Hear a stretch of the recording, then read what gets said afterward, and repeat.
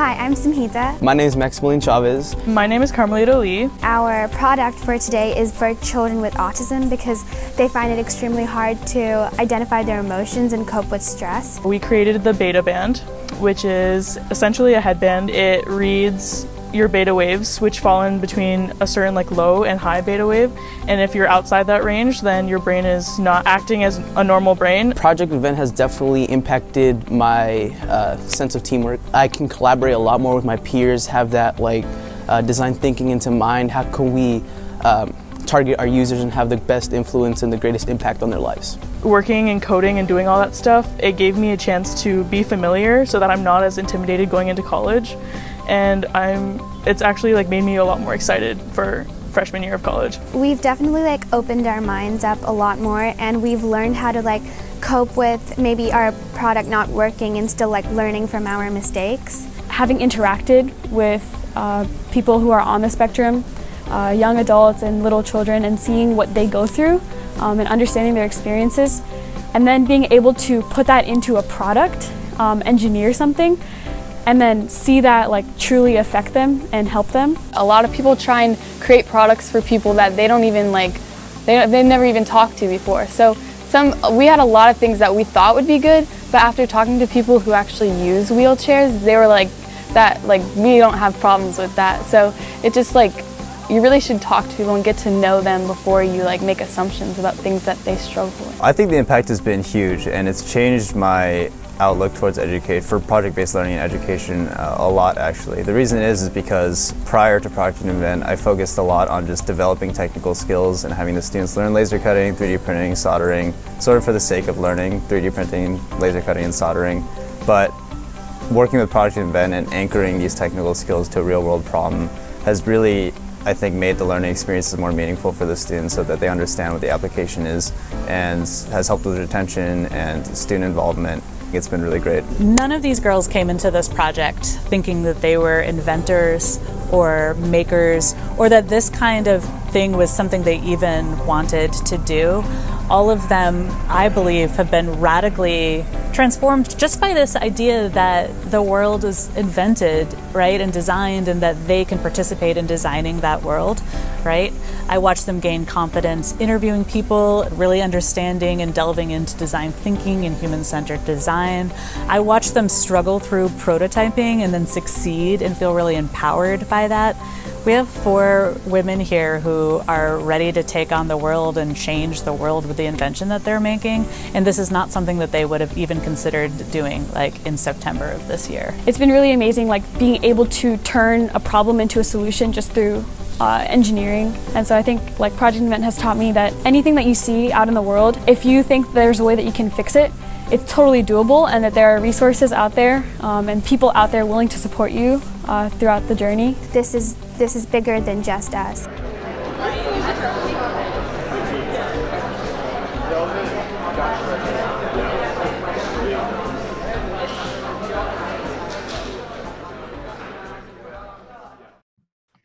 Hi, I'm Dora, and this is our project event, Koi.care. On the top, you see our team members who help create Koi.care, and on the bottom, you see our community partners, and our problem is 1 out of 4 deaths in the United States are related to heart disease. Our solution is to create a device, which is Koi.care, that makes it easier for kids to take the heart rate and understand the importance of a healthy heart rate. We meet up with our community partners once a week to build trust and connections with them and teach them about how important health is. Also with that, we were able to improve our social skills since we've been in quarantine for about 2 years. Our need finding is each person in our class has a paired buddy from Ms. Kamar's special education class for students with mild to moderate disabilities. We asked questions and interviewed our buddies, and we learned about their health issues, disabilities, and needs, as well as what a day in their lives look like. We learned that they did not know about their vitals and how to take their heart rate. So we set up stations and taught them about heart rate and blood pressure. We originally started with 3 ideas. We decided on Koi.care because it stands out from most medical tools and it hasn't been done before, and it will help most amount of people. These are pictures of us with our buddies teaching them about heart rate education and the importance of a healthy heart rate.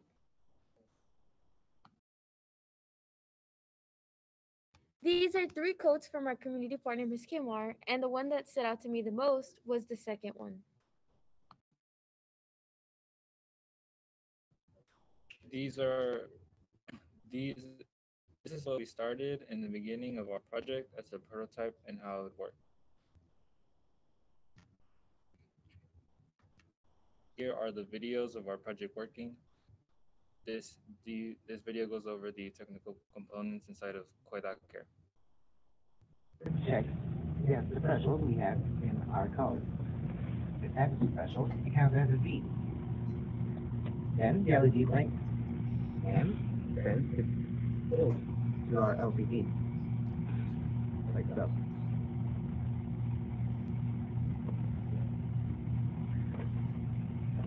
One. Second video goes over the My name is wiring of the Samuel, LCD and monitor this is and how heart the rate. prototype will end up working. It'll show a little screen on its belly. Then it'll have a battery coming from the back like any other robotic toy. But the main component is the wiring here. We will feed it through this hand, and then the child can put their thumb, finger, or whatever in there to sense their heartbeat. And you can see that it senses it. I take it off, it doesn't take it. The last one is a demonstration of Koi.care with one of our community partners, Nate. Alrighty. For a minute, or depending on your age. What we have right here is the monkey. Nate is going to be our example for today. We are going to test his pulse rate. So Nate, if you could kindly put your hand in here. You see this right there? See that light LED? Put your hand on this part right there. Your pointing finger.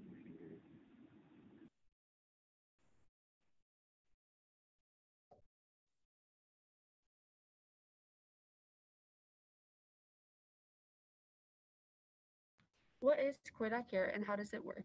Koi.care monitors your heart rate by using a heartbeat pulse BPM rate monitor using Arduino and pulse sensor. You place your finger into the pulse sensor and keep your finger in the monitor while the monkey scans your heart rate. Once the monkey is done getting your heart rate, it will give you the results through the LCD screen. We came up with a Koi.care booklet that is created to be easy to give information that is easy to understand for our buddies and others alike to learn to take their heart rate and keep it healthy. For ages 4 and up who are looking to find an easy tool to take their heart rate but have a hard time going to the doctor, Koi.care accomplished taking anyone who's 4 and up heart rate and in a number of minutes. Koi.care enable affordability and creativity, but only costs $25. Thank you for listening. Bye-bye.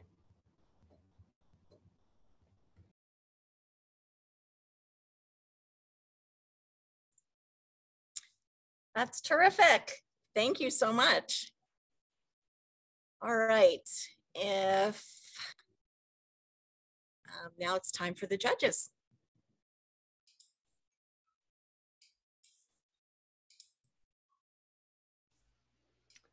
So I had a question. During the process, what was one of the areas that you kind of found the most challenging, and how did you get around that? Here you can answer that.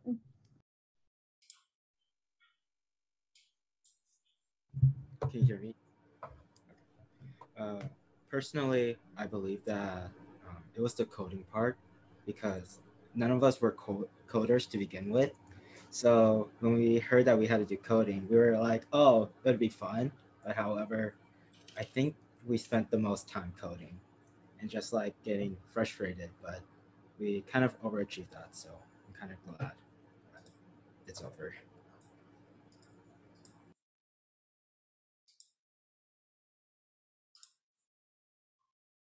So I think your idea is really super fun, and I think it's really appropriate for the age group that you identified early on. So that's great. I have a question. how did you learn about, actually taking kind of heart rate measurements? What did you have to do to go through that process? Dora, do you want to answer?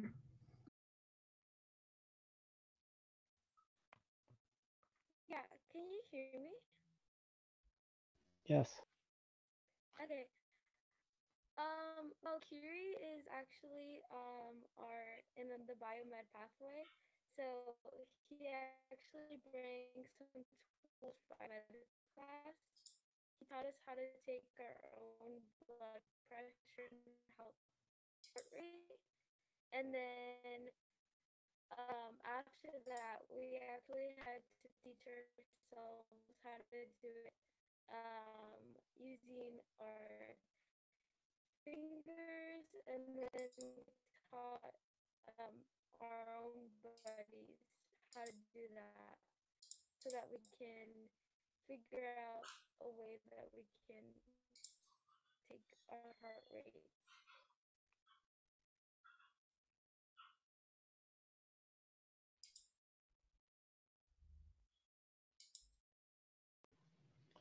Great. I've got a fun question.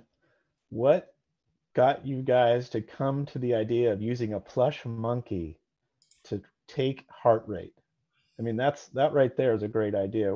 How did you come to that conclusion? So the original idea was made by Curie, and it's just so that kids can be more comforted while they're getting their heart rate taken at the doctor's office. Because I know a lot of times kids are uncomfortable when they're at the doctor's, so it's just really to make it an easier and travelable way to take your heart rate. Were there any other options besides a plush monkey? Curie, do you want to answer that? Can you repeat that question again? My apologies. No, it's all right. Were there other options besides the monkey? No, not really. It was kind of like what came up in my mind at the moment. I was like, oh, maybe a monkey looks cute because everyone loves monkey, including me. All right. Nicely done. It's time to move on to our next. Our second pitch is Team Overhead with the Omar from Santa Clara High School in Santa Clara, California, helping you feel a brighter future. Oops.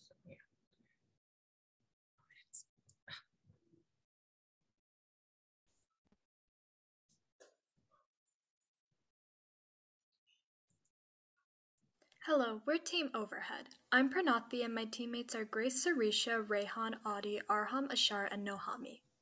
Our community partner Omar is a visually impaired 18-year-old. A young man in this rapidly developing society, Omar lost his eyesight at the mere age of 15. He is currently residing at the Hatland Center, where he learns to be more independent by taking classes that teach their visually impaired students how to manage their finances, navigate technology, and more. According to the CDC, over 1 million people in the U.S. were blind as of 2015. Over 3 million people in the U.S. had a visual impairment. By 2050, the numbers are projected to double. Because of these predicted numbers, something has to be done to address the problems that come with visual impairment or blindness. For Omar specifically, when he's outside, he typically uses a cane to navigate. However, his cane is unable to detect overhead objects such as branches and street signs. Omar has indicated that this is one of the most pressing issues he tackles on a daily basis. He often has to walk with his hand above his head in order to shield himself from these objects, as the injuries that could occur because of them could have an exceedingly detrimental impact to him. In addition, his height only worsens the problem, as it increases the risk of him colliding with overhead objects. When speaking to Omar through Zoom, we got to fully understand his struggles in his day-to-day life. Some notable statements of his included, I have to know when I'm walking. Obviously, you guys know there are branches sticking out of trees, signs above eye level that obviously my cane is not going to feel because the cane is on the ground. Sometimes we use our hand, but we might not know that something is there, so that is something else we sometimes have to deal with. Here are some solutions we considered. First, we had the overhead movement alarm radar, which is our current solution, also known as the OMAR. This is practical and portable, but we thought it might be hard to comfortably integrate certain components in the hat. We also had a built-in GPS or voice assistant cane attachment. This would be portable and user-friendly, but it wouldn't be time-friendly, and we thought it might be bulky. We also had a maneuvering device, which was a clip-on to a cane. This would be user-friendly and easy to use, as well as easy to build and portable. However, we thought it could fall off and get lost easily, and it wasn't as efficient. Our solution. The OMAR stands for Overhead Movement Alarm Radar. When an obstacle is detected 3 feet away from the user will feel vibrations at their temples, signaling them from the obstacle ahead of them. The vibrations will become more noticeable as the user gets closer to the object. From this information, the user will be able to get an accurate sense of where the object is based on the frequency of the vibrations. Our device is powered by a 9-volt battery pack. On the right, you can see images of our product, and here's a video of how it works. We're Team Overhead, and this is our device. We have 2 ultrasonic sensors connected to the brim of our hat and 2 vibration motors located near the user's temple inside the hat. These components are connected to our Arduino Uno, which is powered by a 9-volt battery.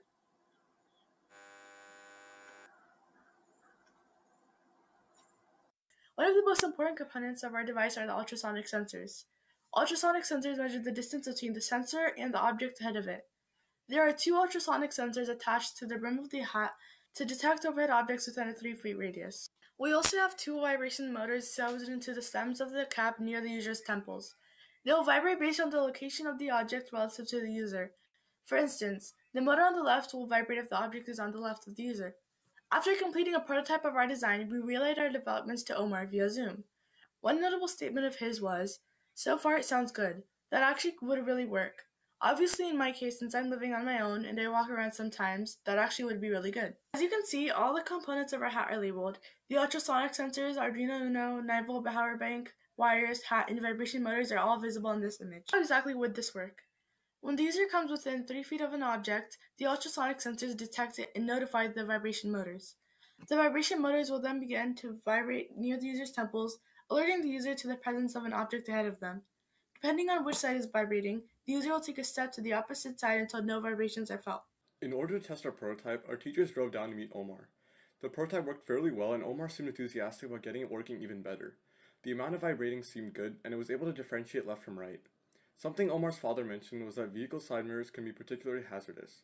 As a result, he felt that the prototype served its purpose for Omar. After our testing was done, our teacher mentioned this about the tests. The prototype worked fairly well, and Omar seemed enthusiastic about getting it working even better. His parents and sister were there too, and they also seemed excited. All of these products are similar to the product we have now, as they all aid those who are visually impaired and have trouble detecting objects that are at their eye level. They all use different ways to notify their user, but they do share some common qualities such as portability. Although they have similar qualities and features, their costs are vastly different. The WeWalk cane is really solid and has no rattling sound, and it also includes features such as voice assistant and Google Maps. Ultra cane is bulky yet compact, as it also sends tactile feedback through vibration. The eyeglasses are lightweight and compact, yet can easily be broken. It's also on the pricier side. It is important to note that existing products are not cost efficient, and they rely more on the user's ability to interpret and process sound, while our product uses feeling to alert the user. Although we currently have a working model of our prototype, we still have a lot to improve upon. For one, we would like to continue fine-tuning the angle and range that the sensors provide to the user. Furthermore, we still have to make the controller more compact so that it weighs less and takes up less space in the hat, and hide the wiring that is still visible. In addition to the controller and wiring, we also need to make the ultrasonic sensors resistant to nature, which could be done by adding enclosures for the sensors mounted on the hat. Thank you for listening. Hello, we're Team Overhead. I'm Pranathi and my All right, thank you. Panelists? Well, I'll jump in first. That's pretty impressive work, team. That's very, very cool stuff. Tell me what didn't go well and how you fixed it. I'll send this question over to Grace. So obviously we encountered a few struggles going through this process, and it was a big thing to accomplish. One of the main struggles that I think our team had was working with our community partner over Zoom. We weren't able to meet with him in person, and having that disconnect was really hard, especially when you could only rely on like vocal feedback. So, and he's very young, he's 18, so he wasn't used to working with a group of students and giving us feedback on what he liked or what he didn't like. So it was kind of a struggle to figure out what we needed to improve, but we were able to work with him and figure out what worked best for him in the end.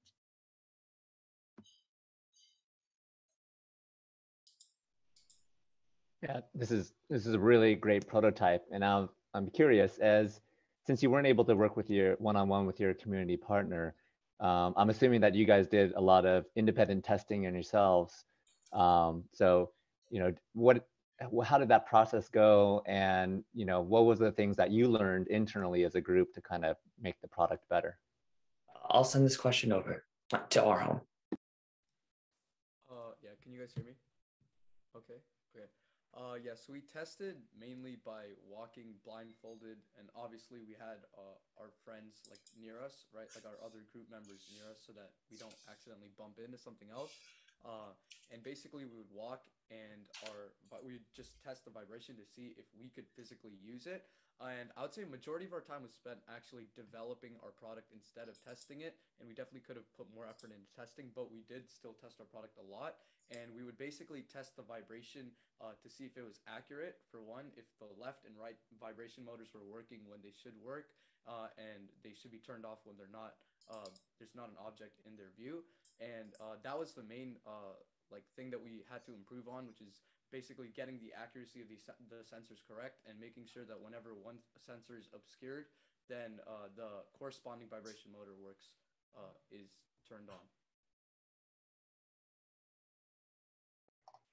Did you guys have any challenges with the sensors being on the hat, and then the hat doesn't go on your head exactly the same way every time? So did that throw off how the sensors were picking up objects in front of the hat? Like if the hat's down a little to the left or up to the right, did that throw off how the sensors were seeing what was in front of the user?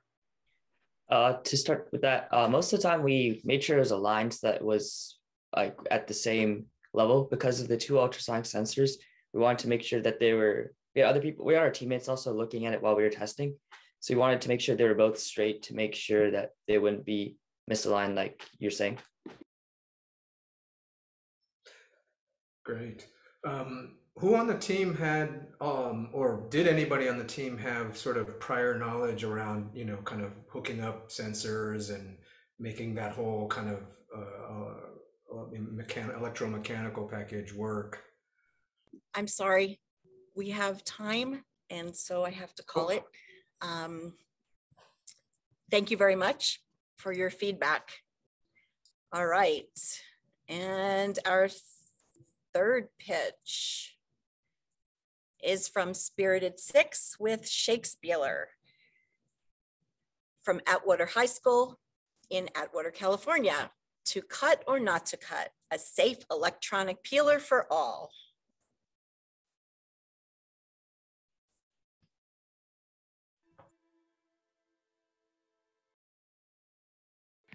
Our community member that we are helping out, her name is Michelle, and she is diagnosed with cerebral palsy. What cerebral palsy is that she has a struggle with muscle strength and pronouncing. So we are very grateful to be able to help someone like her. It's a very new experience, something we have no knowledge about, and we are really grateful to be able to help her.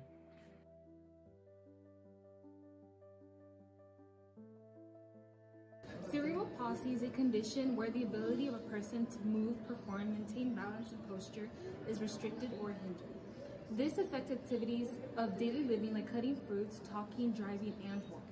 Meeting Michelle, we know that she enjoys cooking, but struggles with cutting fruit. Acknowledging her struggle, we decided to invent something that we believed could help her with this and anyone else who struggles with this issue.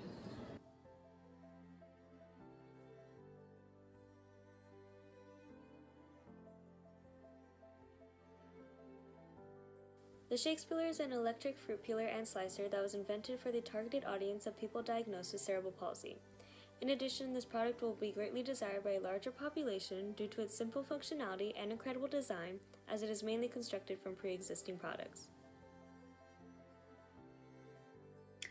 We have taken 3 existing products, coffee maker, spiral cutter, and an apple slicer to build the Shakespeare. Theoretically, we took everything apart and used certain components from each existing product. For instance, the frame of the coffee maker was our foundation for the project.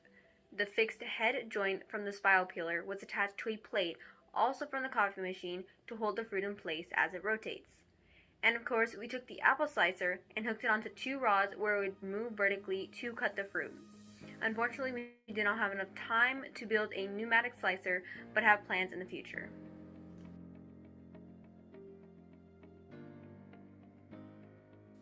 Based on the supplies we are using as of right now, including the pre-existing products, DC motors, and Arduino kits, we're looking at the cost of our product to be around $50 to $200. These are some pictures of our pre-prototype. We were working with cardboard and paper to construct what we wanted our product to look like. The first picture is the base of the coffee maker we're using. The other two pictures are of Sarah using a drill to unscrew the bottom of the coffee maker. The first picture is Clarissa working on the base of the coffee maker. The second picture is the base of the apple peeler we're using. As stated before, we use pre-existing products, including a potato peeler. The potato peeler could peel a potato and apple perfectly fine. However, there are flaws to the machine. After finishing the peel, the blade does not go back to its original position, meaning the user has to manually move the blade back up in order to re-peel another fruit. Because people diagnosed with cerebral palsy may have muscle impairments, they would not be able to perform such a task. We even had a difficult time just pulling the blade back up. So we decided to improve on the product by programming an Arduino to move in a forward and reverse motion. The Arduino controls the motor speed using a 9-volt battery. In the future, we plan to use a 9-volt power source to plug into the outlets. So far, we have modified the peeling portion of our product and are starting to sketch out the slicing portion.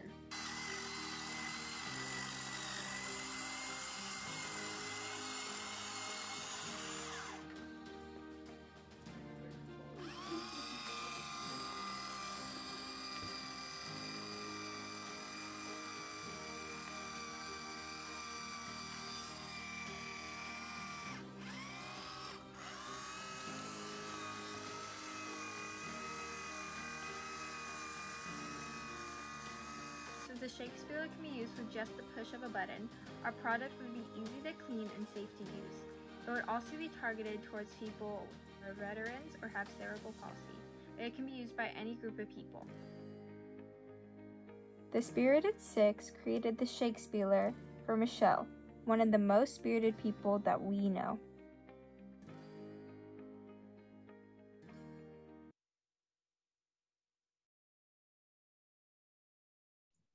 Nicely done. Nicely done. All right. Go ahead, judges. Hey there. Great prototype. I have a question about that. How many tries did it take for you to successfully peel that? I guess it was an apple or something we saw. I'm going to pass this question to Clarissa. Okay, so this is actually a funny story. It took several tries. I think a good 12 tries because we couldn't get the Arduino to work in the first place. We got to move in the forward, but we couldn't move in the first. So it was kind of difficult.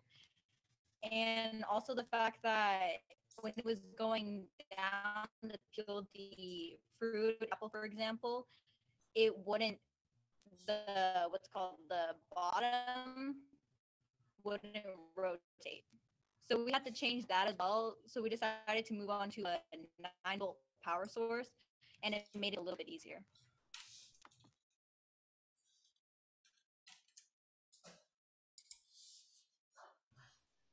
Yeah, that prototype was really impressive and really great to see.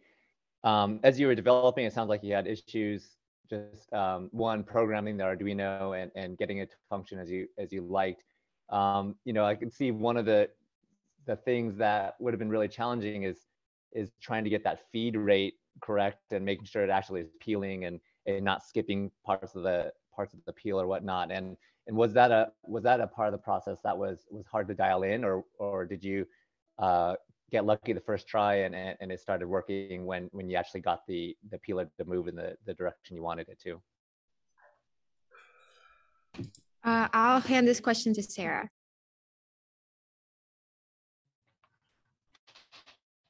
Okay. I'm speaking off of Clarissa's computer right now, but But I mean, sometimes it would actually skip.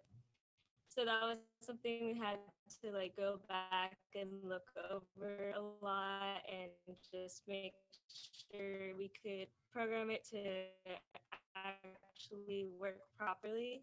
But for the most part, it didn't skip that much and it wasn't too hard to fix.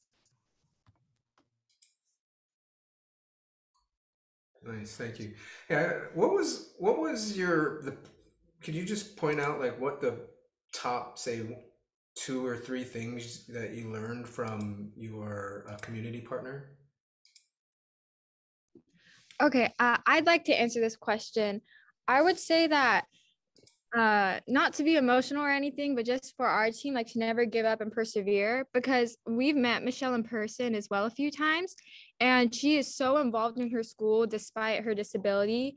She's involved in cheer. She loves horseback riding. She's just a very active person, and I think that inspired all of us because it showed how just because you can't do something, it doesn't mean you shouldn't try. So I think that really inspired us to make this device to help Michelle. Thank you.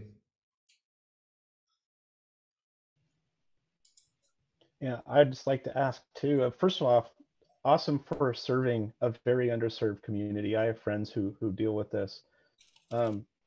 What was it that she specifically said that made you think this is going to be something that will help her? Was there a question that you asked that she answered, or something that she said that turned you on to fruit peeling? Okay, I'll answer this question. So when we talked to Michelle, we got to know more about her, and we found out that one of her hobbies was cooking. And when she cooks, she has to cut beans, obviously, but we found that this was very difficult for her to do. So this is what we decided to come up with to help her with her cooking. Great. Thank you so much. That was terrific. All right. Our fourth pitch is from Team Rose with the Rose Watch from Santa Clara High School in Santa Clara, California. Relief never felt so cool.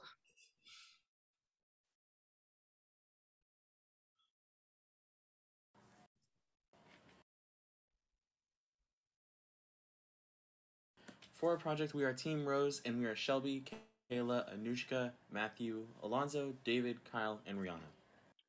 Our community partner was Ms. Sandoval in the Wellness Center. She is the coordinator there and our consultant. Some of the common issues that are seen in the Wellness Center are anxiety and depression. Panic attacks are another thing that is very common there. In a panic attack, it makes the nervous system go haywire. The Wellness Center often gives ice as a form of temperature shock in order to try and help patients that are experiencing panic attacks.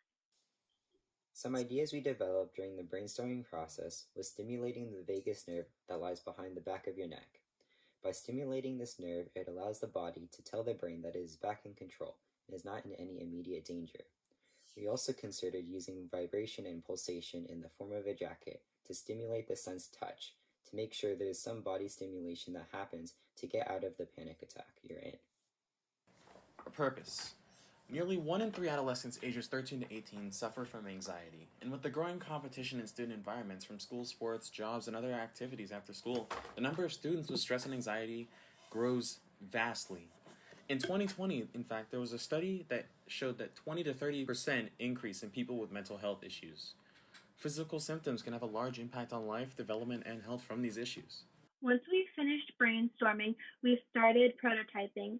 First, just on paper, and then we started to use cardboard, followed by Tinkercad to make some electronic designs. During our prototype and testing process, we decided to look at 3 major factors: size, practicality, and durability. On the far left, we created a device that was roughly the same size as we would want our final product to be. In the middle, we made one that was more practical. We would have an inside box with our components that we put inside, so we can get a general idea of what size our project is really going to be. On the far right, we used a silicone mold to cast a silicone band that we would use for our watch to make a more durable and reasonable fit for our watch. For our final solution, we decided on a watch that changes in temperature when the user's heart rate changes, significantly to shock the nervous system. It calms the user with a watch that observes the user's body in real time. It provides comfort and aid, especially during panic attacks. Isolated just for these so that we can help reduce the devastating effects of a panic attack on a person. In the end, this is the final product we created. This video is a work in progress demonstrating the cooler of our Peltier junction. As you can see, it gets to around 63 to 64 degrees, and it's using the silicone strap we made before. It stays a pretty consistent temperature throughout. Some criteria and constraints we had for this project is we wanted it to pertain to the needs of the user and not use overbearing technology. We wanted it to be basic, simple, and effective. Something else we wanted to keep in mind is the cost. We wanted to make sure the cost was low so we could compete with our competitors, and most importantly, wanted it to be safe for the skin to prevent cell damage when using it. In our using testing purposes, we tested all of them on our wellness idea with Miss Sandoval. Some of the quotes she said that was, in terms of when a person is in a panic attack, I think that ice is the #1 thing we use, but people use different tactics to just basically shock the system. She also told us about how the different symptoms from sweating to being dizzy, and about bilateral stimulation in different ways we could help regulate the emotions with music and stimulation. Some things that we learned from testing was that it takes time, but it is a necessary process, and that more ideas means better results, and to make sure that we are working towards a problem and not a solution. The user's input is also the most critical input of all. Some of the AHAs for us was when the Peltier junction started working, and when we saw our final project and knew all of the time and trial and error process was well worth it. Here are some of the competing watches on the market. First, we have the Apple Watch, followed by the Fitbit, the Apollo Watch, and the Aircon Watch. The most similar watch to our Rose Watch is the Aircon Watch. None. So why Rose? It's catered to and made directly for users with mental health issues. Rather than just general stress, Rose targets the nervous system and the ulnar vein located in your arm. It triggers when the user's heart rate goes up. Rose also has a manual switch, just to make sure that in case you're working out, you can turn it off and it's more accessible to everyone. Other products target various aspects of the body that also include heart rate, but don't solely focus on this concept. So next steps we have for this project is polishing off the design for optimal comfort and size. We also want the battery life to last longer to make it easier for the user to use and not have to charge it as often.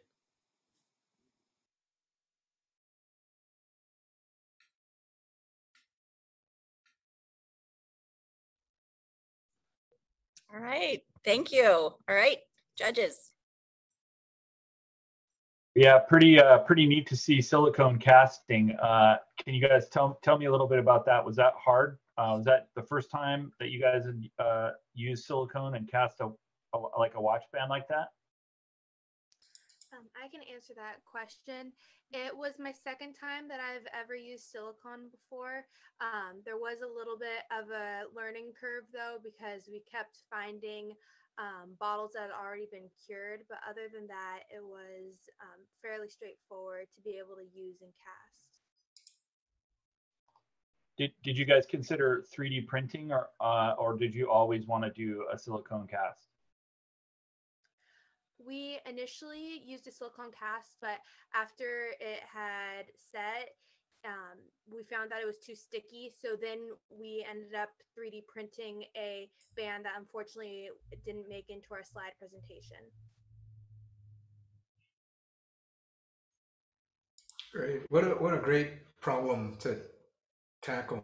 I think you guys did a really nice job. Can you just walk us through again how the watch detects the moment of like when you're getting anxious or having kind of that feeling so that way the watch starts to work? I'll hand that question over to Kyle. Okay, so wait, can you hear me? Okay, Yes. so our watch is connected to a heart rate sensor, and this heart rate sensor is connected to a graph, and that graph takes the average of the five heartbeat ratings, and if it goes above a certain level, then it activates our Peltier junction, which our Peltier junction, which is the cooling for a device. Thank you. How did you decide on the method of cooling down? And were you able to make it portable enough so that it would last long enough with the current power supply? I'd like to hand this question off to David. We were fairly successful in making it portable. Right now, we're working on a strap that that has batteries in it to make it even more portable. But and additionally, we decided to use a Peltier junction to cool because it basically it transfers electrical energy into temperature without like causing like too much too much power wastage. Yeah. All right, thank you so much. Okay, we're gonna move to our next one. Sorry. And our fifth pitch is from Team Assist with Easy Lift from CK McClatchy High School in Sacramento, California. A wheelchair with chair that lifts up and down.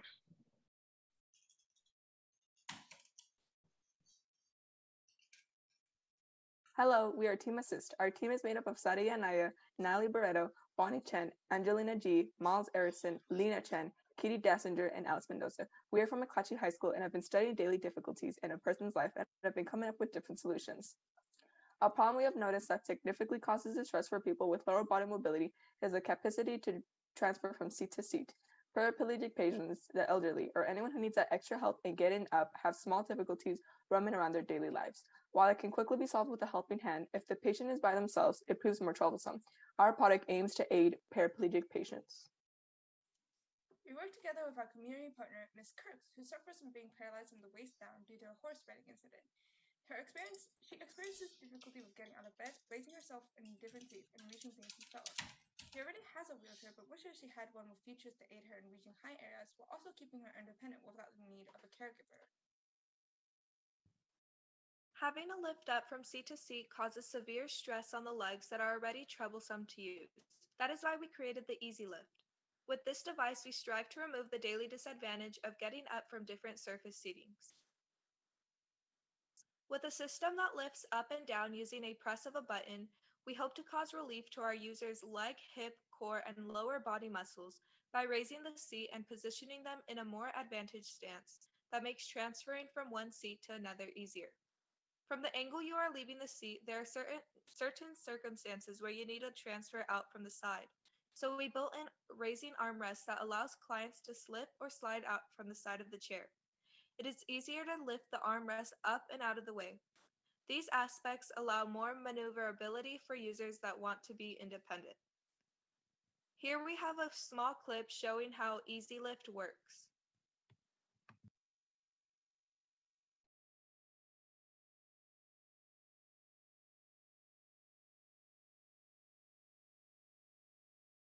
The coding for the Easy Lift is actually pretty simple. We pared it down until it was the most efficient and streamlined.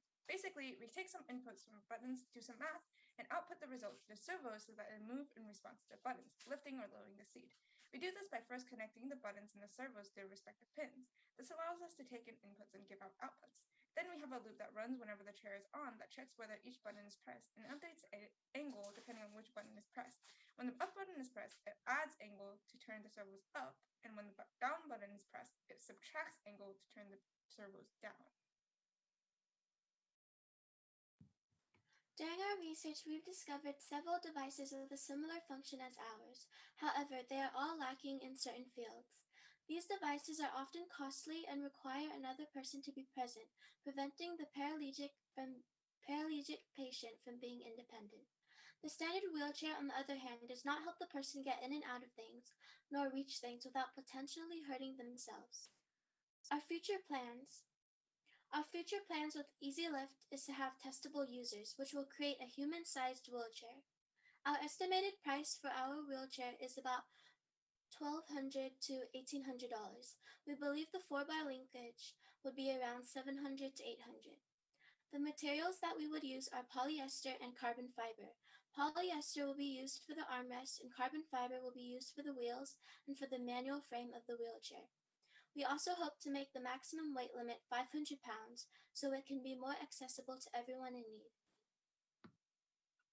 This is a promising product because not only does it lower distress on the lower body for paraplegic patients, but it is also easy to use. The raising seat allows for items to be reached easier, and the raising armrest lets the user transfer from any given angle to a different seating. The coating is simple and offers several advantages compared to a standard rolling wheelchair. It is a novelty item and as of now has not been seen on the market.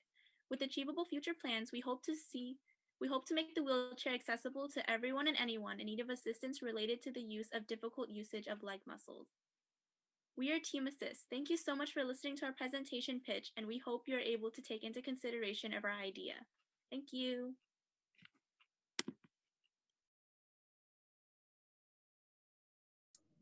Terrific. Okay, judges, go ahead. Thanks so much for sharing that. I love seeing that prototype and seeing that 4-bar linkage kind of working and the seat raising up and down. I was just curious on when you were developing that prototype, how did you go about, designing that 4-bar linkage and making sure that it was kind of moving in the direction and kind of the scale that you wanted it to, and in relation to those servo motors that were driving it as well? Lena can take this question. Yeah, a lot of it actually kind of boiled down to trial and error, honestly, and basically we had to orient the servos in a certain way so that it would push the 4-bar linkages up as we thought it was, and we did have a lot of difficulty, but like we were able to figure it out basically.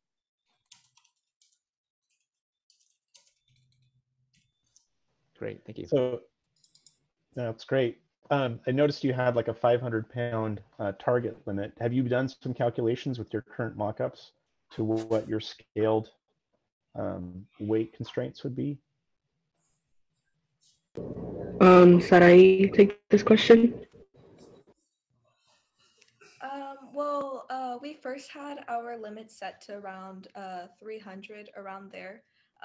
So we did do some calculations, and we found out that a majority of people who are wheelchair bound are weigh a bit more, and they carry around some stuff. So we wanted to make sure our wheelchair could assist not only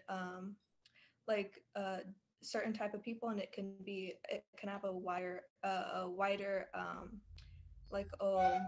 so other people can use it. I have a question. What makes your idea like far better than the competitors that you had listed in your chart? Angelina, take this question. Our idea seems like a way better than other wheelchairs because we have 2 armrests that lift up and a device on the bottom that will lift up the seat. Thank you. I also want to add that with the 4-bar linkage that we have, we can modify it so that it sort of tilts and adjusts the seats more minutely than a normal wheelchair.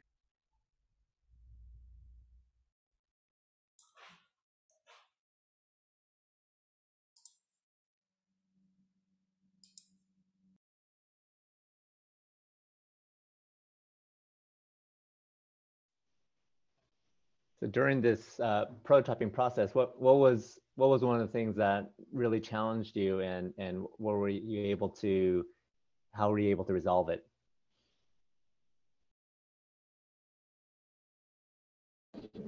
Should I take this question? I think one of the main issues we had was getting that 4-bar linkage to actually raise parallel to the other one, because we do have two. And finding out what materials work best, especially for such a small model. We didn't have all available materials, so we had to cut out individual pieces of wood to actually like create our 4-bar linkage. So I think just finding the right materials was the hardest part. All right, thank you so much. Okay, our next group.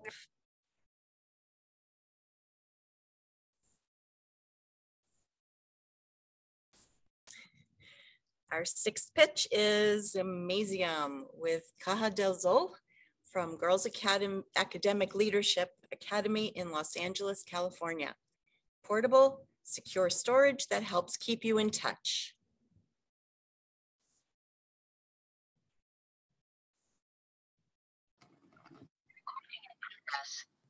Hello, we are Team Masium and our product is called Caja de Sol. Team Masium consists of 8 team members and we are all 9th graders from Los Angeles. Our community partner is Selena, who volunteers in an organization that serves the unhoused community. She has educated us on what is necessary and lacked in the unhoused population. Some words that Selena stated that helped us realize one of the many problems are trying to communicate with them in house community is difficult, especially during the pandemic.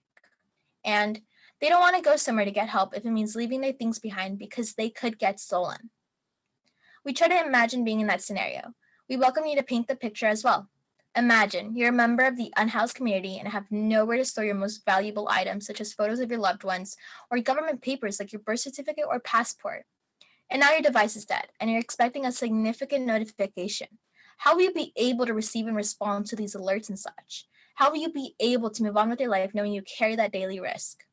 That's where Caja de Sol comes in.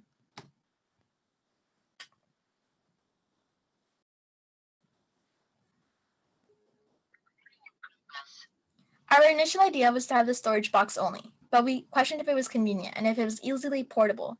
So we decided that our solution would be a portable box that will be within within a waterproof backpack. This solution includes a solar power charger and a durable lock that will grant the unhoused community with security for their valuable possessions. Something that our community partner said that inspired us to continue forward with this idea is something that I was thinking about. It would be really useful for documents or for medication. So we kept that in mind. Moving forward, on the right-hand side, you can see that the arrows point to the lock, keypad, and the solar panels, each with their individual component.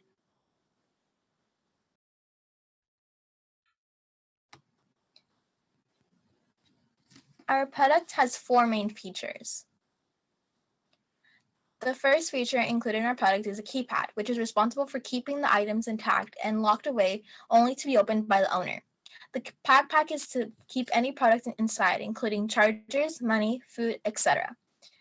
Another component is the solar panel, which is responsible for charging any device inside our product.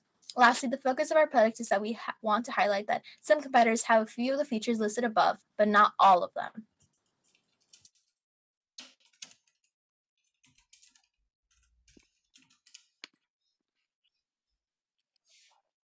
As you can see, our backpack is used for disguise and portability.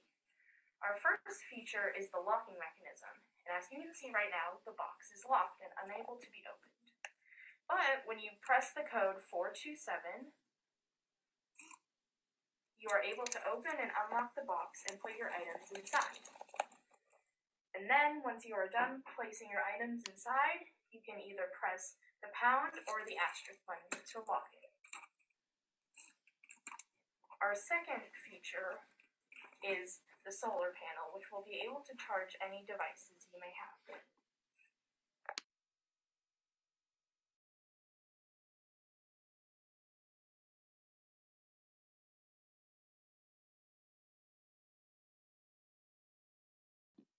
For pricing, it will cost $34 to buy materials, $20 for labor, and $1 for overhead.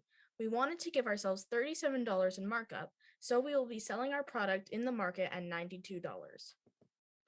These backpacks are all very similar to our product, yet don't have all the features that Caja de Sol has.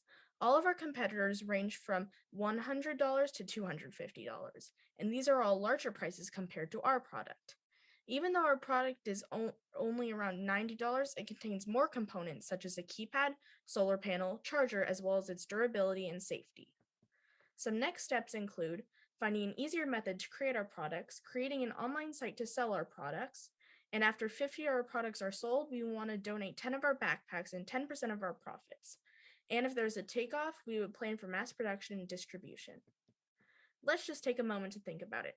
No loose possessions would be lingering around the streets, there would be less violence, and safety would spread among society. Even though our product won't solve homelessness, it will help provide the safety that the unhoused community deserves, help homeless people get back their strength, and help society get healthy again. Thank you.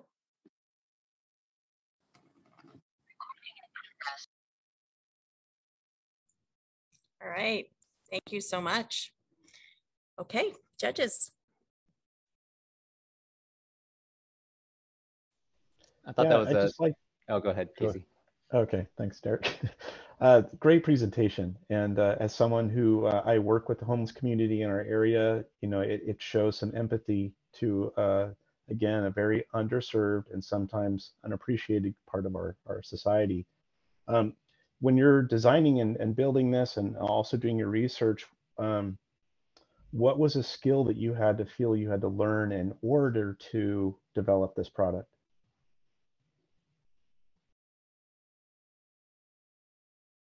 Sophia will be answering this question. Can you repeat the question, please? Sure. What was a skill that you felt you had to develop in order to design this product? I think just being able to kind of not relate, I guess relate in a sense to how they're feeling and the things that they go through. And we had many different ideas, but I think storage was a huge factor in what we decided to build. Great, thank you. Derek? Yep. No, I thought that was a really clever solution of, you know, kind of hiding the box inside of the backpack so everything looks pretty normal, but it's also quite secure. You're not trying to create a backpack that someone can cut through. But I did have a question is, can the backpack be locked to something stationary? So in case they had to leave it somewhere with their possessions, was that part of the consideration, or was this a portable kind of storage area that they would know things are secure, but they would keep with them all the time? Melanie will be answering this question. This is definitely a component that can be added easily. I think we didn't really have this in mind when we were building, but I definitely agree that this would be a great addition to our product. Great, thank you. One question I had was, how would you feel that this would be marketed? Is this something that you would market directly to homeless community, or is it something you would maybe market to communities that are trying to help their people in their communities? Or Mile, like who? Go ahead. Sorry, Mile will be answering this question. What was the question? Sorry. Well, given it's $92 and that's a big chunk of change from, you know, a fixed income of someone who doesn't have a home or a roof over their head, would you consider this as something you would want to market directly to them, or would it be something that you would sell to a community that would maybe give them out for free? I think that we were thinking of giving them for free and then later on marketing them, but we haven't really thought about it yet. I would like to add, we had intended, since the unhoused community doesn't always have the money available to them to buy this product, we had intended to have the local shelters around our community, like Los Angeles, and have them use some of their funds that they receive to buy our product, and then they would end up having to donate or provide and give them out for free to the unhoused community. That's what we had intended. Awesome. All right, thank you very much. And let's go to our next one. Our next pitch is Team Guitar Buddies with the Guitar Buddy from Santa Clara High School in Santa Clara, California. The right chord holder for your hands.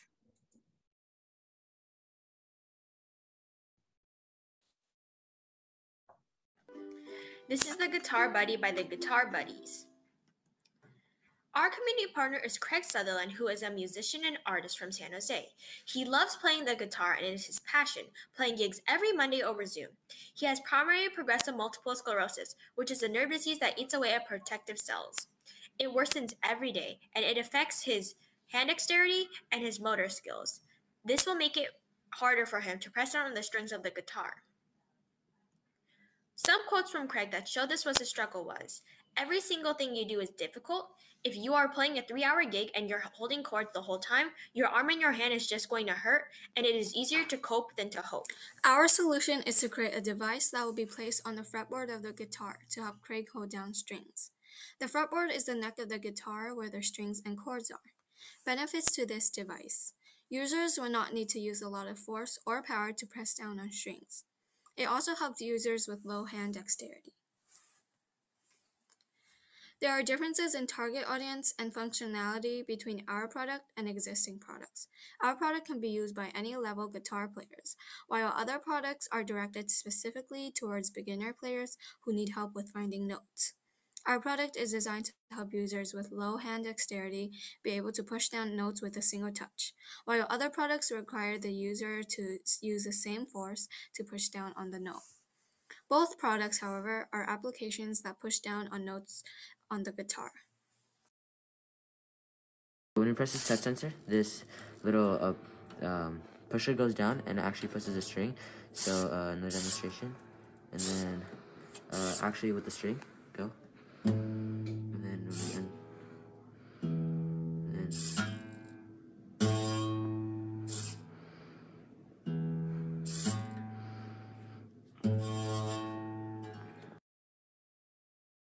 Originally, we planned for the buttons to be long and thin to replicate the same feeling as a guitar string. The button, however, was not compatible with the touch sensor. Our second idea was to use pistons to hold down to the strings. However, we were advised by a trusted university student to use solenoids as an alternative. Solenoids were unfortunately not compatible with an Arduino, resulting in us deciding to go with the linear actuator controlled by a servo motor, which was able to push down on the string. There are multiple different variations of the servo motor that we incorporated into our product. The first being a white rotary servo. That was ineffective, so we decided to go with the larger rotary servo, which is the green design on the slide. Our gray design was our final product, and we used it as our linear actuator. The idea that we believed was best was the linear actuator because of how much more effective it was at pushing down the strings. Our past models would either miss the string completely or not create enough force to hold on to the string. The linear actuator, however, gives us strong enough force on the string while also being precise on where it hit the chord. So this is our timeline. In the months of September and October, we brainstormed as a group different ideas that would be beneficial to Craig in his life. In the month of November, after a lot of brainstorming, we decided that our guitar buddy and guitar string idea would be very useful to Craig due to his love of playing guitar. In the months of December and January, we spent time designing our prototype to make sure it would be effective and would work well for Craig. In the months of January and February, we spent time building our design and getting it ready to showcase to Craig. In the month of February, we sent our prototype to Craig and he gave us feedback on it. And in March, we are now finalizing our prototype based on the feedback Craig gave us, and we're preparing for demo day. So some of the feedback that Craig gave us is that the touch sensor is extremely sensitive. This acts as a double-edged sword, as it may be useful in quick songs that require fast movement, but can be problematic when an unintentional note is played due to just grazing the sensor. We plan to fix this issue by reducing the sensitivity in the code of our product. Another aspect we could improve on is the problem of having too many sensors for our product. Currently, one touch sensor results in one string being pressed down. This can cause problems if multiple strings need to be pressed down while playing a certain song. We are currently working on a way to fix this issue. To further develop our product, we would like for it to rest on the fretboard and press down on multiple strings and notes. From our experience, we have learned that community partners' input is very important. It will go through many iterations and might end up with a completely different prototype. However, we know that accepting feedback from Craig and other parties will only improve our project. Thank you for listening.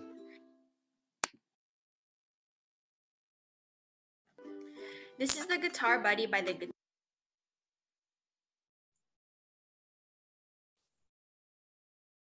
All right, excellent. Go ahead. Yeah, I have a quick question. Did your community partner ever actually get a chance to try this? I'll direct this to Assis. Yeah, so we did give a preliminary prototype to Craig, and he gave us some great feedback on it. Things like some sensitivity of the sensors, so like how fast can it play a string and stuff like that. We got some great feedback, and we have noted it down, and we made some small iterations already, but in the future we will be making some bigger ones to make it more useful and effective.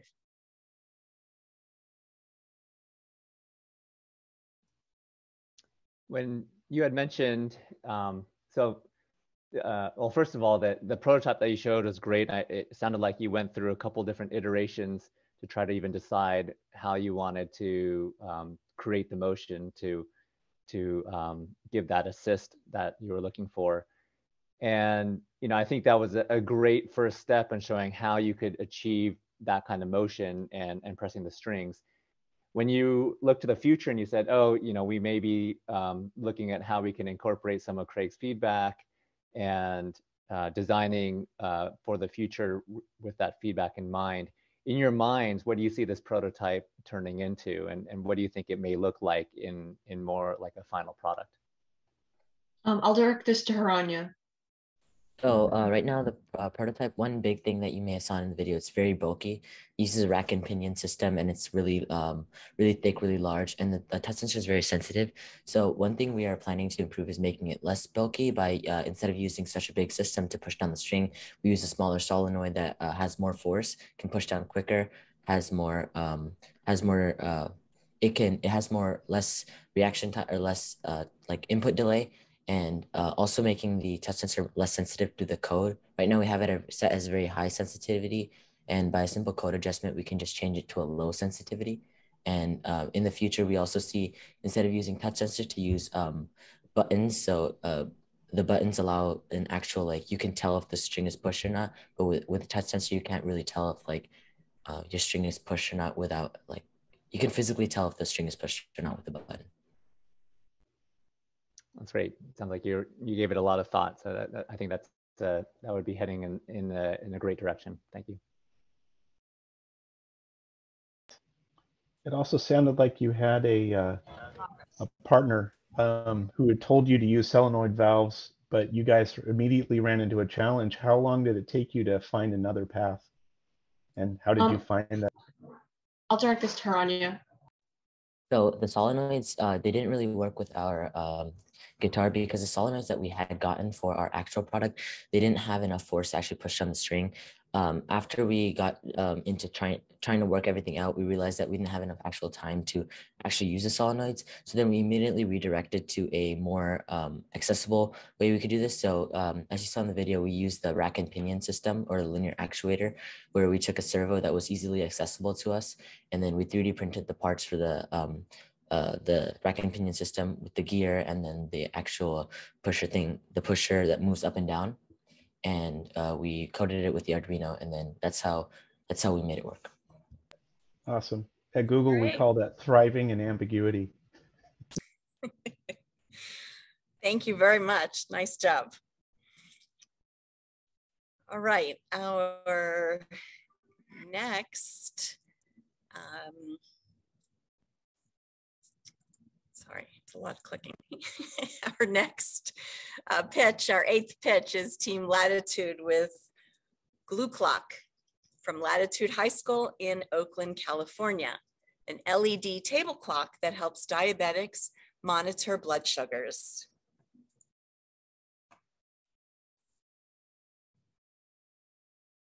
We are the Latitude 37.8 High Product Event Club, and we're going to be talking to you today about the Glue Clock. So this is our team. We've got Jeremy and me on software, Xavier is our CEO, Enzo on hardware, and Caitlin and Solomon on user experience. So early on, we came up with this need statement that we wanted to keep in mind throughout our entire design process so that we can make sure we were staying true to the issue that we wanted to design for. So that need statement is newly diagnosed diabetics who use continuous glucose monitors in a more convenient way to track their blood sugar levels and visual reminders to remember when to take their temperature.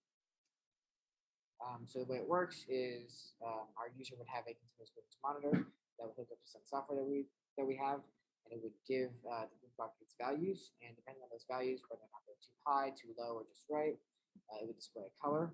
And then from there, it might also remind you to take an insulin or glucose tablet.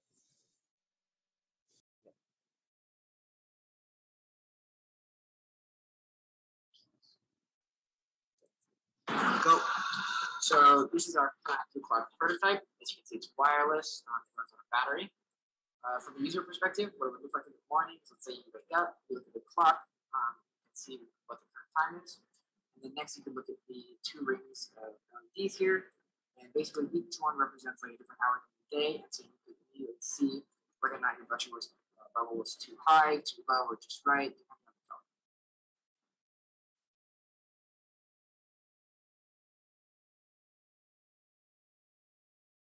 As you saw in the video, the Glue Clock has a clock and a glucose level display. The Glue Clock will also be usable as a general reminder system for any user needs. Our community partner is one of our fellow students here at Latitude, Mariah. Mariah is 15 years old and was diagnosed with type 2 diabetes when they were 7. They have helped us get a better sense of what life is like living with type 2 diabetes. Mariah was also able to help us understand what changes needed to be made to our current design for the Glue Clock to make it much more user-friendly. Here's a quote from our interview with them. I personally believe that low is more dangerous than high, because when you're too low, you can become immobilized and able to level.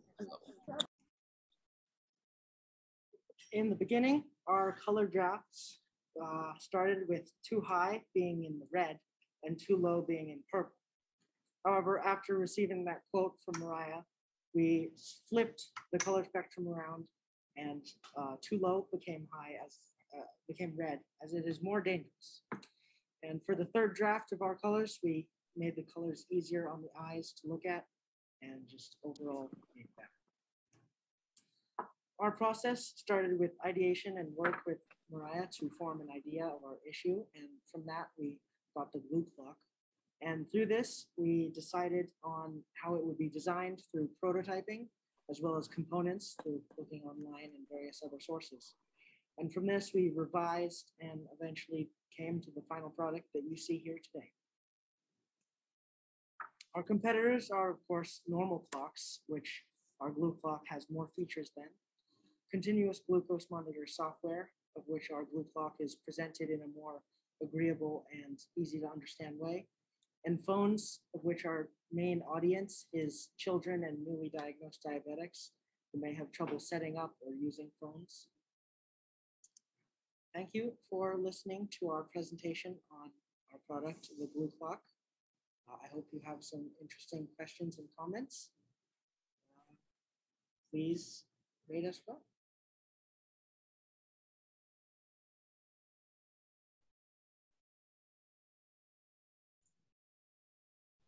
All right. Go ahead. So You done? I was intrigued by the design of the Glue Clock, like the aesthetic of it, and I was curious, how did you come up with that design and the double rings and kind of what led you to kind of chase that design aesthetic?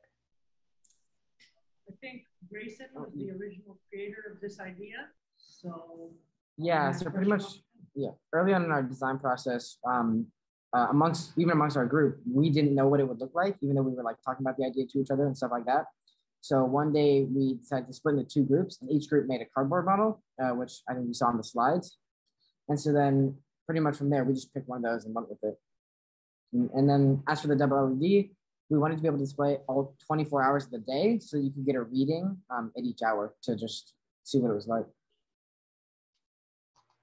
Great. And That so- actually led me. Oh, that led me to my like second question, was just trying to understand exactly. Maybe you could describe a little bit more on how the rings work and how, what.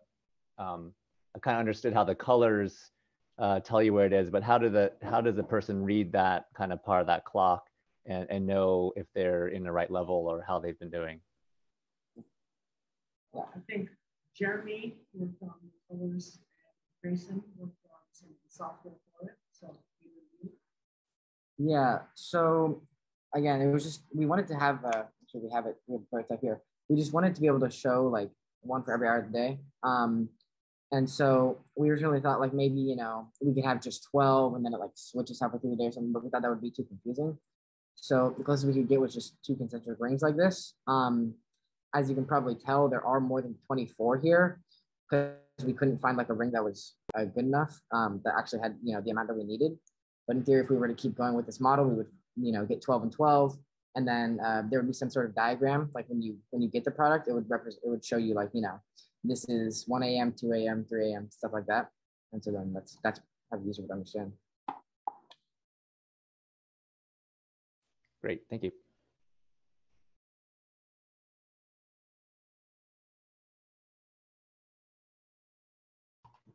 Hey, Casey, please ask a CAD prototyping question. That's pretty impressive prototype. Who did the CAD work? Andreas did all of the 3D modeling as well as the 3D printing. Yeah, that's a very high fidelity prototype for the time that you guys had. I'm very impressed. Nice job. Thank you. I had some prior experience in 3D modeling in Fusion 360. So I just took some dimensions and modeled it up. I went through a couple of iterations and landed on that one. And I just had 3D print at home, so I just printed it at my free time at home. Yeah, and you 3D printed that, right? What material did you use to 3D print it? Just standard PLA.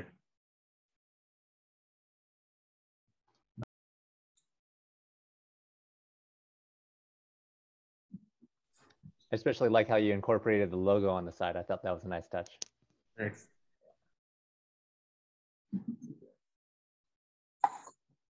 Any hopeful industrial designers on the team? Andreas? I hope to be a mechanical engineer, so when I get older.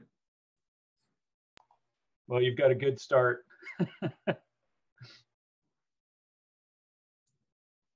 Did you guys experience any challenges, you know, putting that board together and like the lighting? You know, those lights, you could just have the LED. Did you put something over the top of it, it looks like, to help improve the visibility? Andreas and one of our contacts, Xavier, which on The wiring was pretty difficult. Yeah, all the 7-segment display was kind of confusing the wire. So that was pretty hard. And then we did consider putting something over the lights to dim them, but we just did the lights themselves, the LEDs, to make them so you don't get blinded, because they were really bright originally. Yeah. All right, thank you so much. Okay, our next team, our 9th pitch is Umbrella from Girls Academic Leadership Academy in Los Angeles, California. Once you have it, you'll love it, rain or shine. Hi, we are Umbrella. Once you have it, you'll love it, rain or shine. Let's meet the team.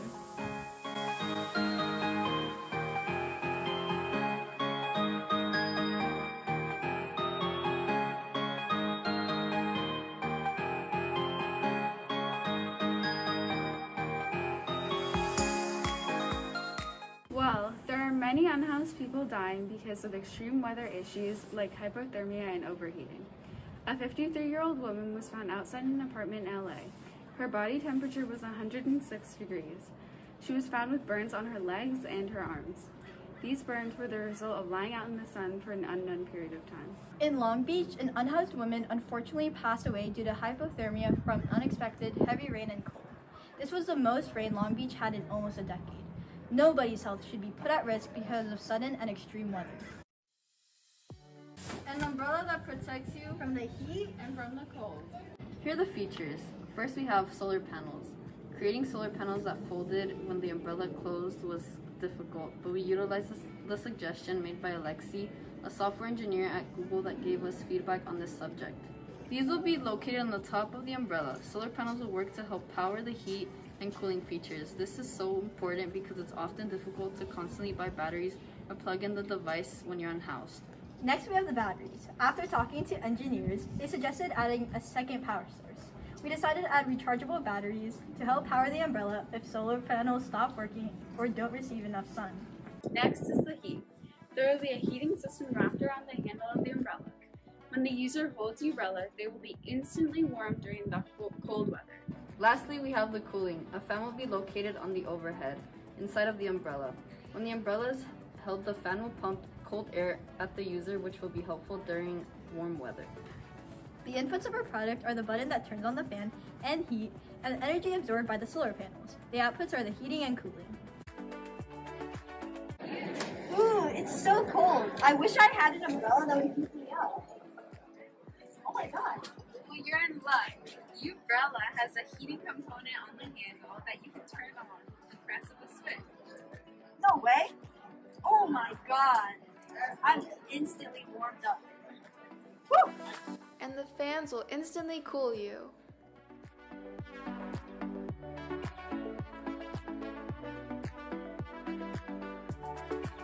The sunlight hits the solar panel, where the solar panel collects its energy and lets it flow into the battery, giving the battery some energy to work.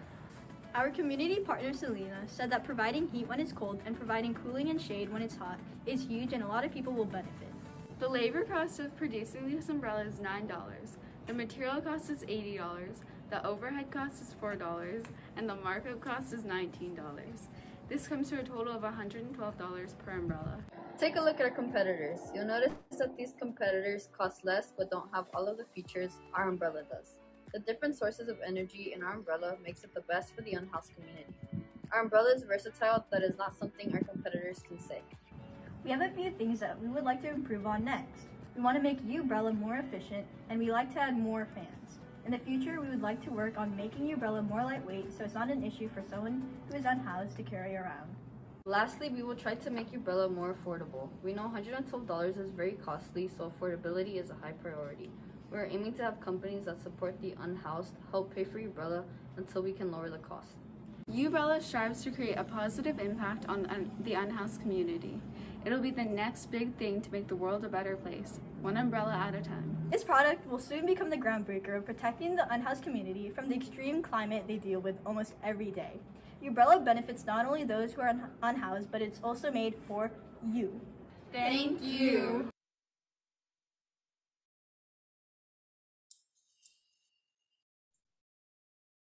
All right. Super job. Okay. Judges. Yeah, I'll say that was a really great presentation. Well rehearsed and super understandable. So nice work on that.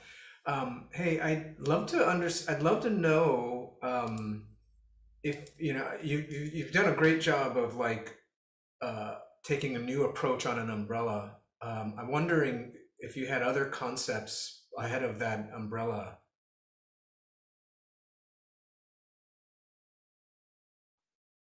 Yeah, Eliza, you want to answer that question? Yeah, we did have a few other ideas before we came up with the umbrella. We first had a tarp that would have like heating and cooling, and it would be used in a tent for an unhoused person. And then another idea we had were shoes like with wheels, and they were electrical. But most of those ideas weren't really very practical, and we thought it would be like harder to make.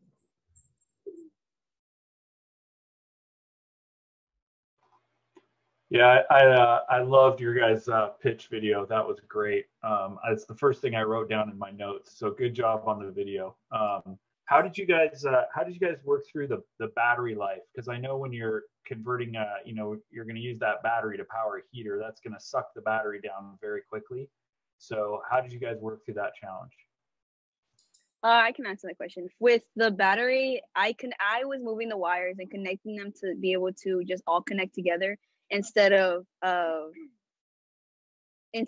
just multiple batteries together. We try to get the batteries that are rechargeable, and we try to just connect them within the shortest amount of wires we could, with all having them work with the same amount of power. And with the heating, I think Brianna, she was coding all of that. So I don't know if Brianna, you want to answer that for us?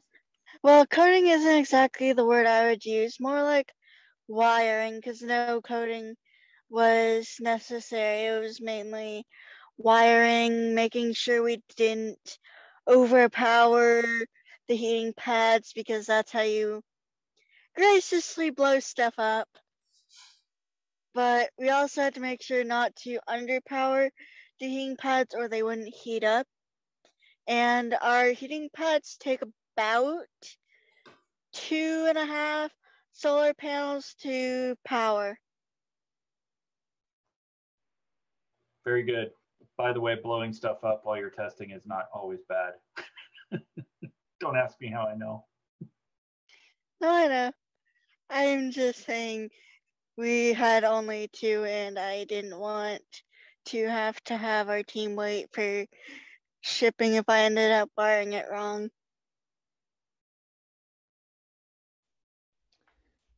So thinking about the future of your product, I guess, the umbrella, of course, is mainly used in the rain. And so how do you foresee kind of integrating all of the electronics that are included in this so that it doesn't inadvertently blow up if it gets wet? Olive? Yeah, so originally we were gonna put the wires through the handle of the umbrella so they don't get wet. And we were also looking into this tape that would cover all the wires and so it wouldn't blow up in your face. So yeah.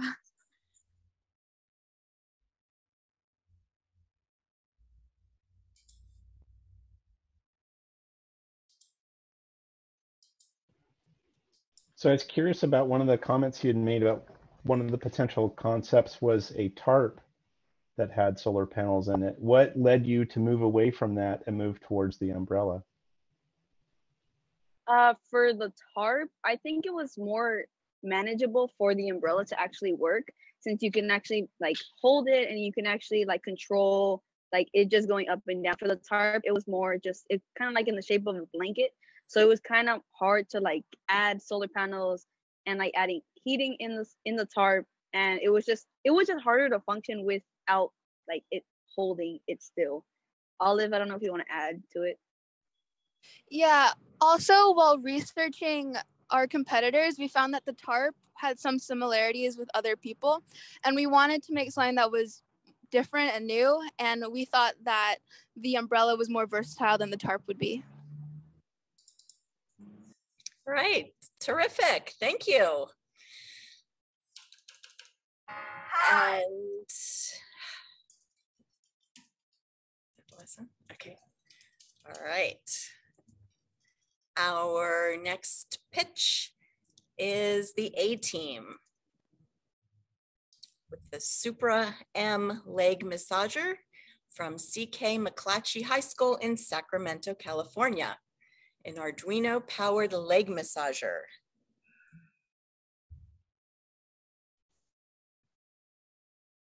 Hello, we are Team Super M from CK McClatchy High School. Our team consists of Aiden Malice, Adrian Guzman, and Brittany Joan. Approximately 1 in 50 people in the world suffer from paralysis. Many of these people suffer from pains due to inflammation and atrophy.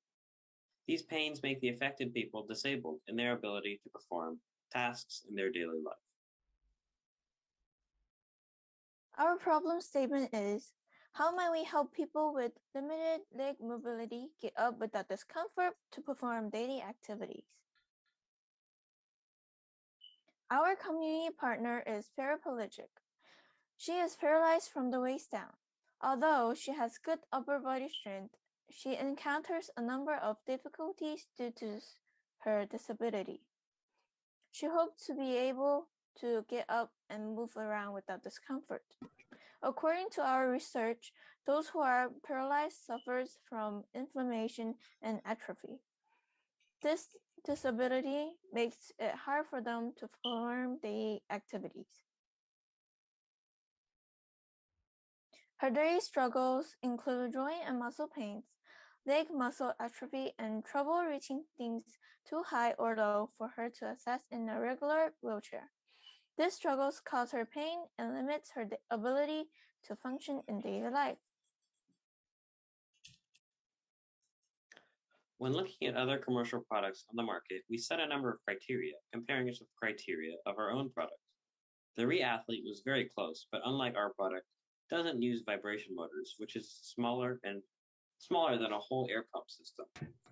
The Renfo massager was basically a worse version of the Reathlete because it wasn't portable, but tries to make up for this with a $100 lower price tag.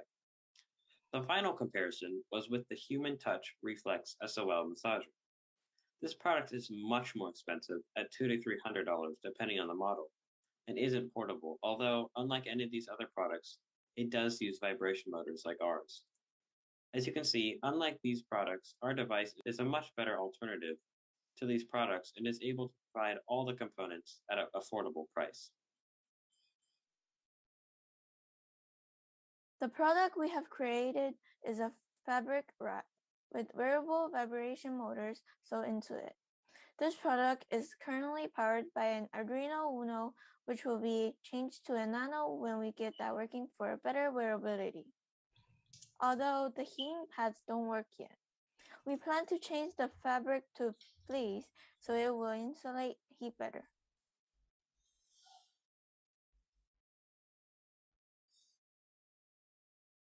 When asking her for feedback, she said that the Velcro worked great and the intensity was good and could be felt along her entire leg.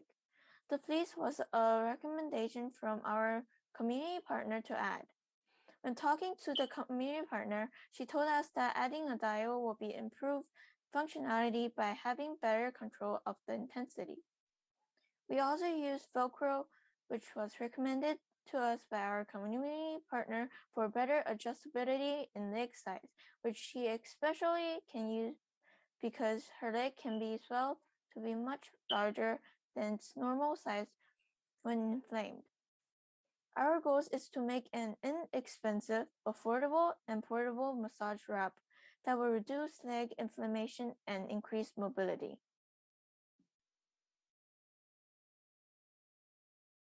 This product uses 4 small vibration motors, as said before, which are powered by an Arduino Uno. This is currently powered by a laptop, but when we get it hooked up to a portable battery, it'll be much more portable. As you can see by the picture on the top left, we got inspiration from another project using the same motors, but they used it to make massager slippers.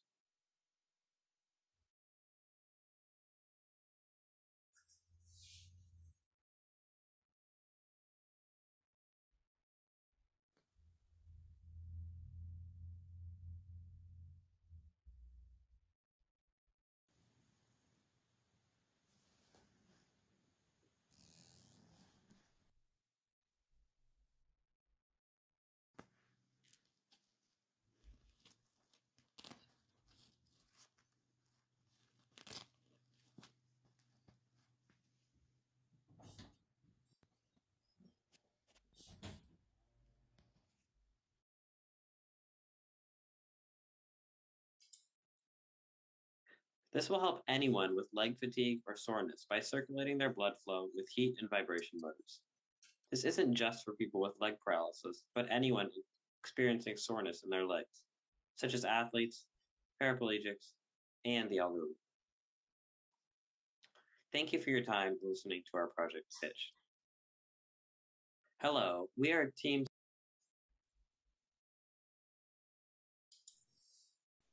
All righty, thank you. Go ahead, judges. Well, I'll say this, it's what a simple product, right? I mean, when you compare it to your competition, so nice job on getting there. I'm curious, what other big failures did you come across as you were developing the blanket, or I guess it's a blanket. I think the biggest difficulty that we faced was we were trying to implement heating pads because part of massaging, like heating helps with like massaging the muscles. And we weren't able to get that working because we weren't able to get the voltage right, or we weren't actually fully sure why it wasn't working, but that was one of the biggest difficulties we faced. Thank you. Yeah, I would say, great job getting so much done with, it seems like a significantly smaller team than the rest of the group. So I think you guys achieved a lot, just the three of you. And, one of the things that, I thought that the prototype that you had worked really well. I love the demonstration of how it worked. I thought that the way that you presented everything, it was really clear to understand what you were trying to achieve and what you did achieve. And, I noticed that it fit your leg actually really, really well. And so as you were designing it, how did you kind of design around the human factors of working with, people with different size legs, and just trying to understand how you can make kind of a one size fits all product? Well, I mean, we cut this piece of fabric to the size of, I would say, the average adult human leg. And then, as you could see, we added those like Velcro lines to it to try and make it for better adjustability, because like with our community partner, as we said before, she suffers with like leg inflammation. So her leg can get a lot bigger, and we want to be able to cope with that. So we have the Velcro for better adjustability. That's great. Cool. And kind of on a follow-up of Derek's question, were you able to test and see if it actually improved circulation or overall comfort of the individual that you're helping, your target market? Yeah, when we actually did send it to our community partner, Miss Cecilia Kirks, and she was able to say that it did help with inflammation. We didn't get exact numbers, but it was about a centimeter or two of inflammation decrease with the massager.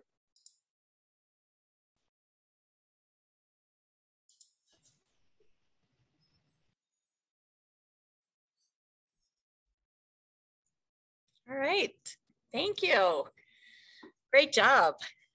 And that wraps up our pitches for the evening. Congratulations to all of our brilliant student teams and amazing support networks of teachers, mentors, and family. Our panelists and judges will now head to another room where they will have time to deliberate and decide on our 4 awards. And the rest of us are now in for an incredible treat. Thank you, judges, and we will see you in a bit. Thank you. No. Great work.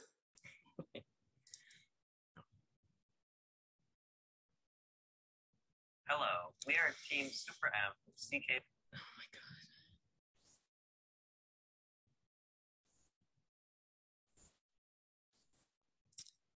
God. Oy. Okay, our keynote for today is Vinny Chakradhar, an MBA student at Stanford University. Vinny is an inventor and investigator. And an investor, sorry about that.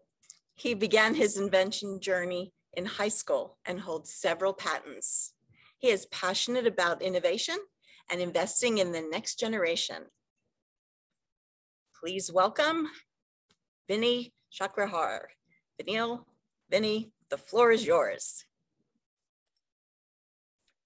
Thanks, Marlene. Really appreciate it. I'm just going to take a moment to share my screen here.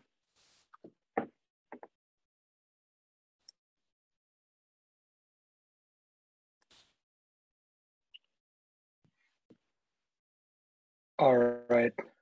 Everyone has my screen and can hear me okay? Cool. Great. So Marlene, I really appreciate that introduction. Like she mentioned, my name is Vinny Chakradhar. My real name is Vinil, but I've gone by Vinny my whole life. So you guys can call me that as well.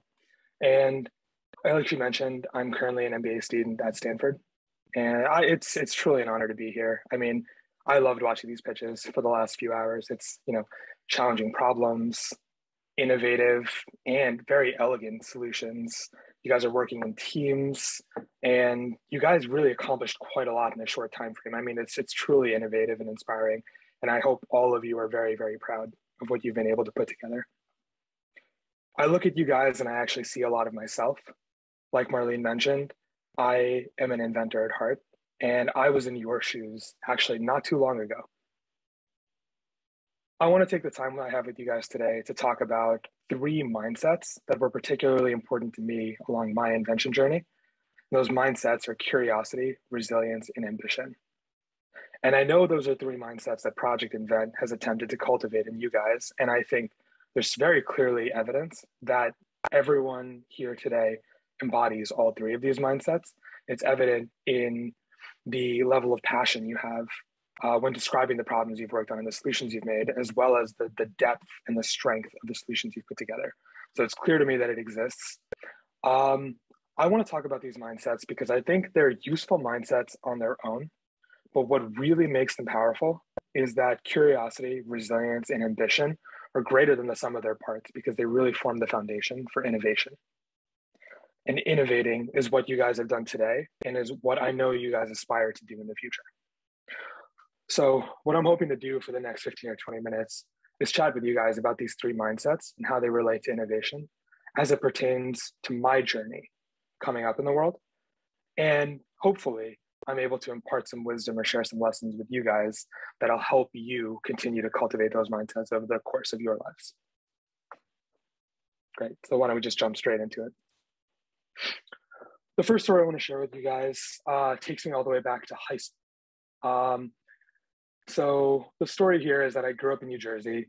That's, a large part of why my nickname is Vinny and why I stopped going by Vinil a long time ago. But grew up in Jersey, and I distinctly remember one summer when I was home from school that it was just so unbelievably hot. It was one of those scorching summers in Jersey, and nobody had the trouble of experiencing it besides me.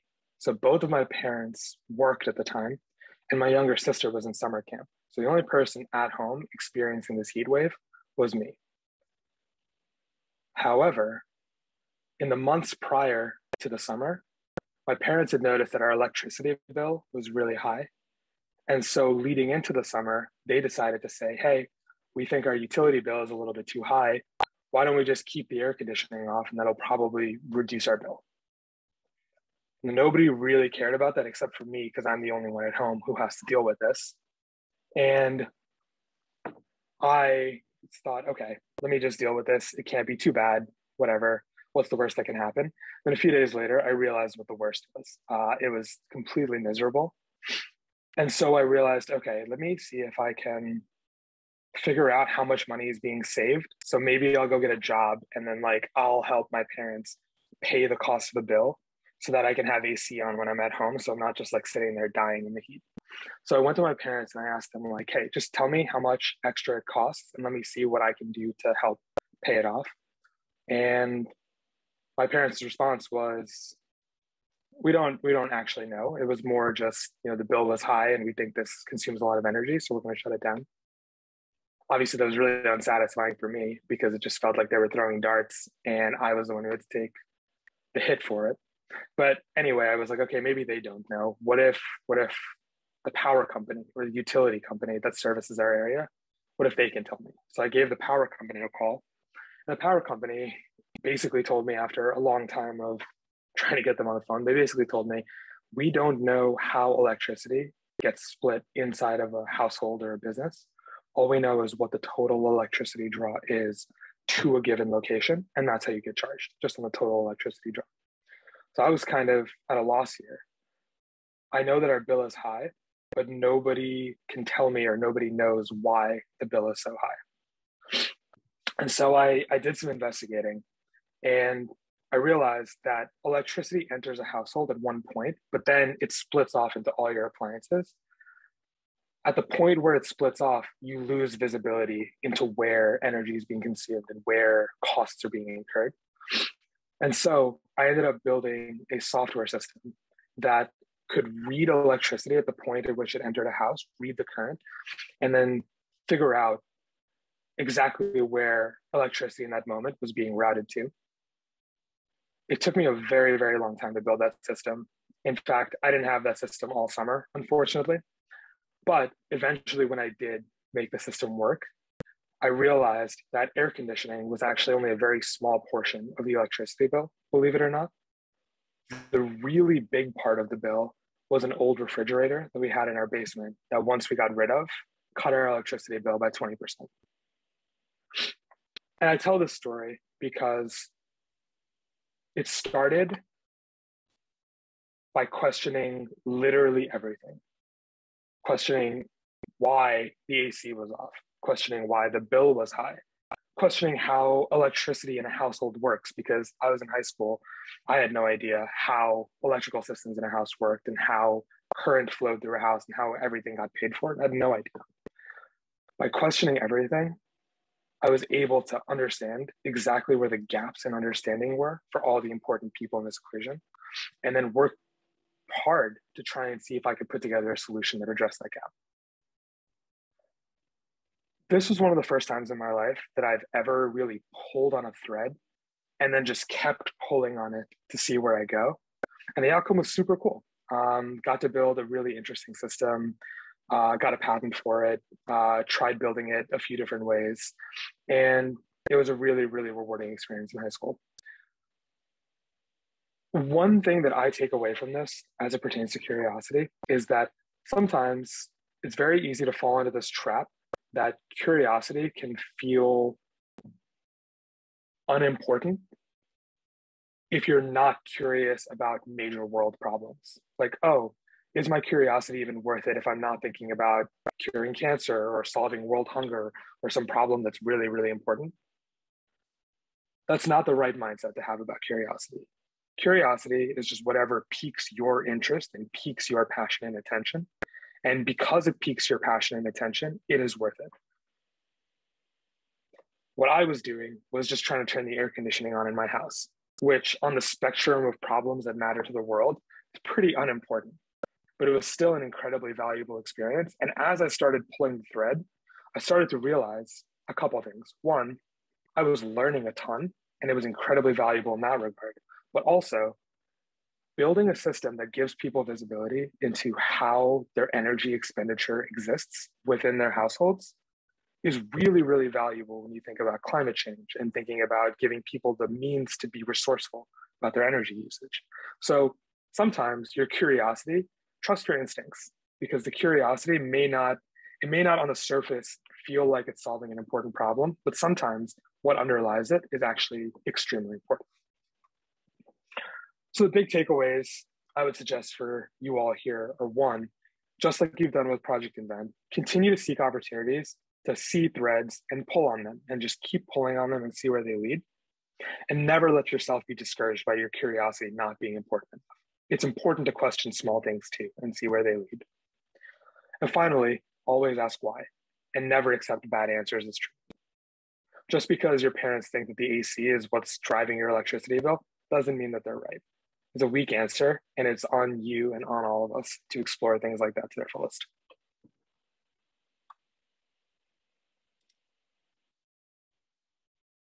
I'm going to fast forward a little bit here to college.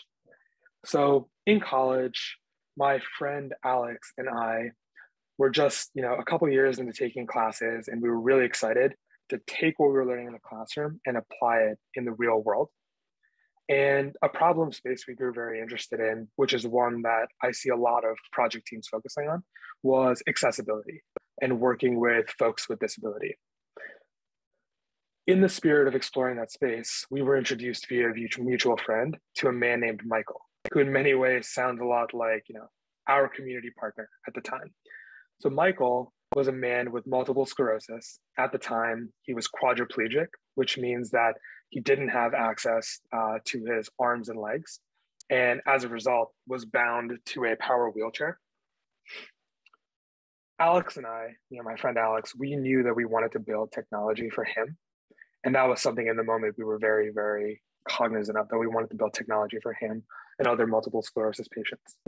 But as we started thinking through the project, we ran into obstacle after obstacle after obstacle. So obstacle number one, we have no clue what the actual problem is or what the problems are that are important to solve. Obstacle two, we don't really have any experience in this space. We don't know what skills are required. And because we don't even know the problem, how can we even begin to think about what a solution looks like? And then obstacle three, which was very important to us at the time, is that we had no money. Between us, we just had no money. And there was a time when we were just sitting together, Alex and I, and we were brainstorming solutions. And then we just kind of sat back and we were like, what on earth are we doing here? I mean, we just broke down laughing at a point because it felt so absurd. It was an important problem and we just felt so unequipped to solve it. And I think this is where this idea of resilience became very important to both of us.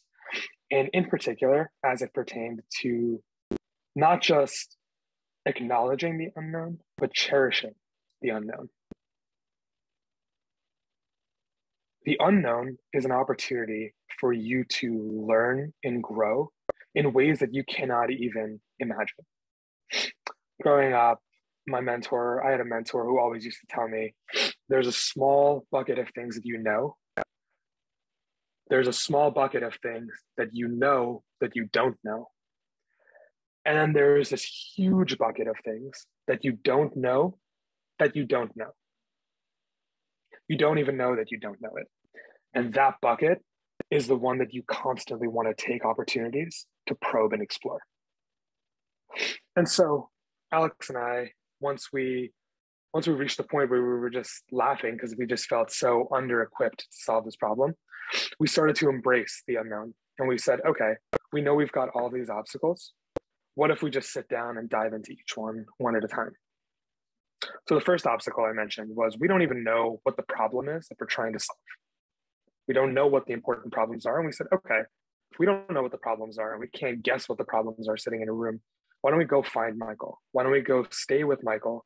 And why don't we see and feel his experience for ourselves so we can understand the problems?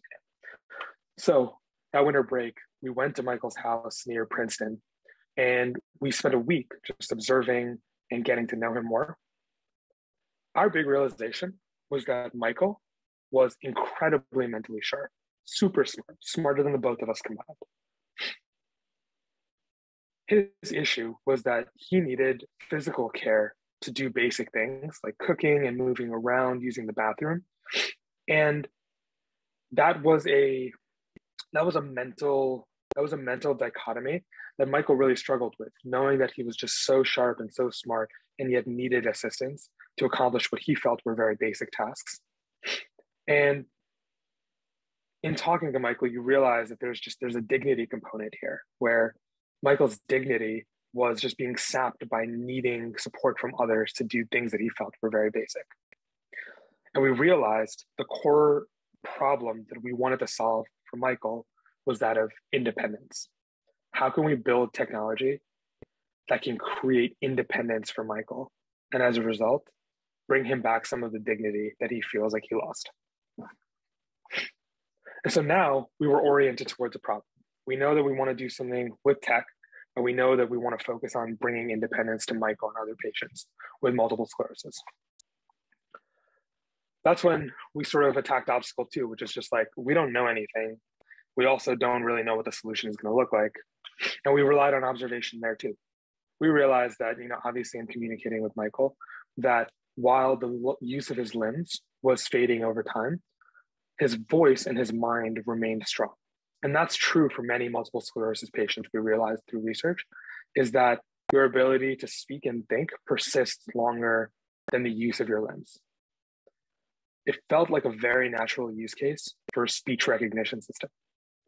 Now, you have to think 7-8 years ago, speech recognition was super nascent. I think Alexa and the Google Assistant and all of that speech recognition tech that's now, Siri that we use every day.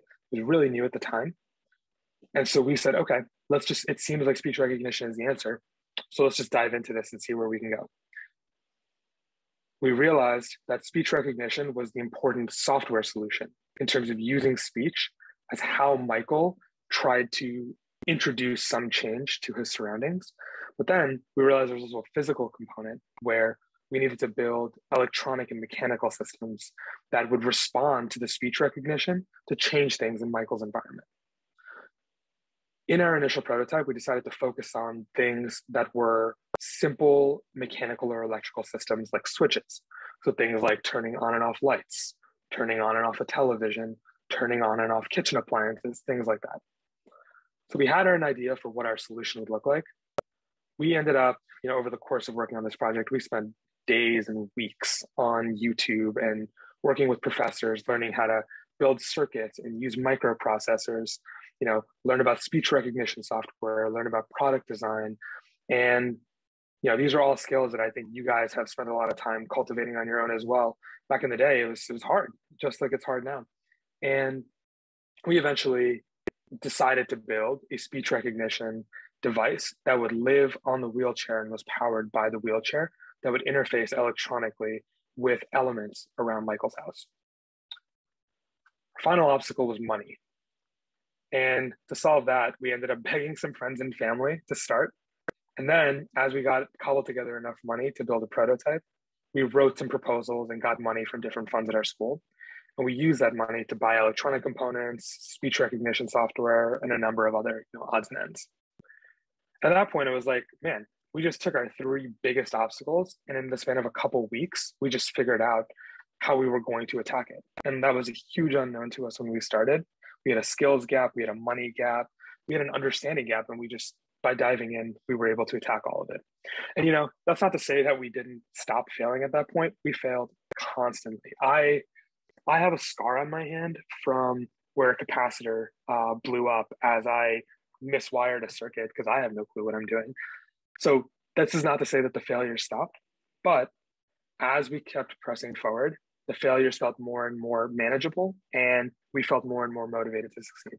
So in the end, we did eventually successfully build a speech recognition tool that let Michael control the lighting, television, and kitchen appliances in his house. Eventually, we sunset the device because, with Wi-Fi controlled switches and smart monitors and voice assistants, there's a lot of technology that was better than our initial prototype, but we learned so much building it. And in the time that we built it for Michael, he was able to use it effectively, and it was really meaningful. I guess I want to say the takeaway for us is that resilience was everything in this case, because there were so many points where it was easy to just pull the plug and say, we're not the right team to do this. We don't have the money to do this. We don't really understand the space well enough. And it was a step change for us when we said, we went from being scared about what we didn't know to being excited about it, to cherishing and embracing it. Resilience is about acknowledging obstacles, but then making every effort to surmount them, even when the path ahead is unfamiliar, especially when the path ahead is unfamiliar. And something I'd encourage all of you to do is to continue to embrace the unknown. When you run into obstacles, just don't view it as a stopping block. View it as an opportunity for you to learn a new skill, or view it as an opportunity for you to, force you to be creative and think about solutions. And I promise you, approaching problems in that way will lead to some of the most fulfilling experiences that you will have now and in the future. And that is the essence of resilience.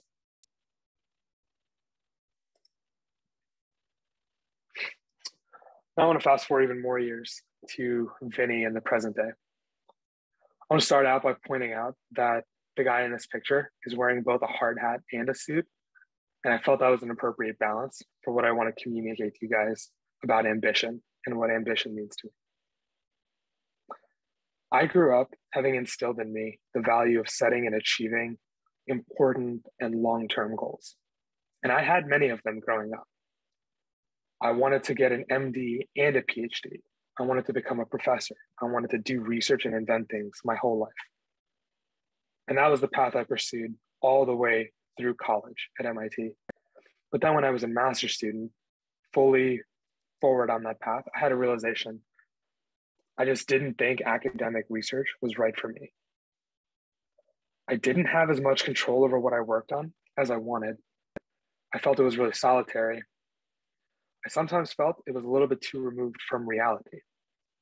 I was a little too focused on writing papers and going to conferences, and I just couldn't change direction quickly enough if I wanted to change direction. But switching in that moment felt like failure, because in my mind, I had set a goal, a long-term goal, a goal that I set a long time ago as well, and it felt like I wasn't going to achieve it. And in that moment, I really questioned my own ambition. I questioned my resilience, I questioned my drive. And it forced me to come to a realization about exactly what I needed from a job and what I needed from the work that I do in my life. And that's things like, I value independence. I value having control over the things that I work on and think about. I value working on teams, and I value working for people and actually feeling the benefit that I'm having on specific people. I like the flexibility to pivot and change direction. And I love using both technical and people skills. And so, in a funny twist, based on the last couple stories that I told you, and after my multiple engineering degrees, I ended up joining an investment firm. And what I do there is, seems like a far cry from what I've been doing for the majority of my life. But in spirit, it's really not that way. I found a job that is more aligned with who I am, even if the goals changed. And that's the big lesson that I want to impart on you guys as it pertains to ambition, is that just because your goals change doesn't make you any more or less ambitious. You as people and I as a person, we are constantly changing. The things we care about change. What makes us passionate changes. And it's important to realize that ambition is a determination along a set of goals. And those goals can change. It doesn't make you any more or less ambitious. And that is something that I needed to internalize and learn for myself. I still invent regularly, but the way in which I invent is a little bit different. At my investment firm, I built AI products and software to help companies solve problems that they couldn't otherwise. And as an investor, I'm enabling the inventions of others, enabling businesses to build out products and services to help people. And now I'm at Stanford for Business School, and I don't really know what's next for me. I don't know if I'm going to build an AI or invest in AI or operate in the AI space in some other capacity. I know that I want to work in AI, I just don't know how. But what I've learned is that my ambition is just as strong now as when my goals were, crystal clear, quote unquote. And so the takeaways here, what motivates you and what you're passionate about, those things are allowed to change. I felt at the time like my goals changing was a failure and that I didn't meet them. But in hindsight, I wish I'd given myself the latitude to let them change, because I am changing and you guys are changing too. You're not static, you're ever growing, and it makes sense if your goals and aspirations will change along with you.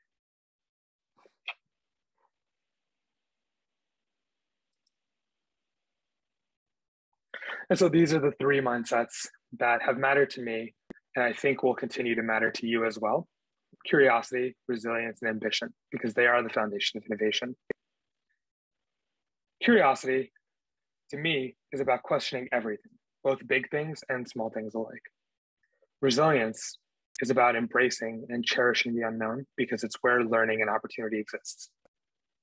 And on ambition, you and your goals can change, and that's to be celebrated. All of you here are curious, resilient, and ambitious, and that's so evident to me based on the quality and the depth of what you've built and showcased. And I just encourage you to keep these mindsets at the forefront as you continue your life journeys. I can't wait to see what you all achieve. And I wanted to thank you for letting me be a part of it and share my story with you. Thank you.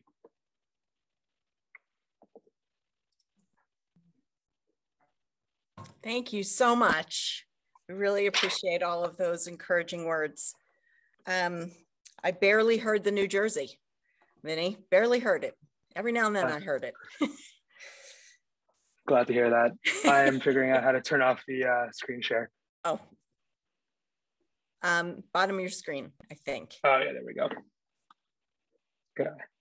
All right. Well, welcome back. That was really great. And I'm sure everybody appreciates that. Lee, how are we doing on time?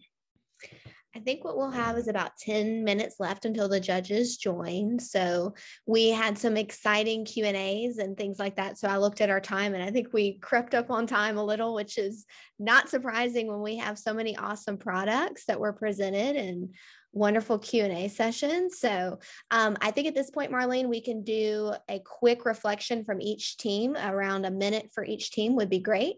So teams, you'll be asked some impromptu questions about some highlights from your year this year. And Marlene's going to be leading that. You'll have a little less than a minute each. All right, terrific. So we're basically going to go in the same order as you presented. So if somebody from the team can just unmute when I call your team name, you're just going to, what was your experience like designing, and how did you stay motivated? All right, so first let's hear from Team Koi.care.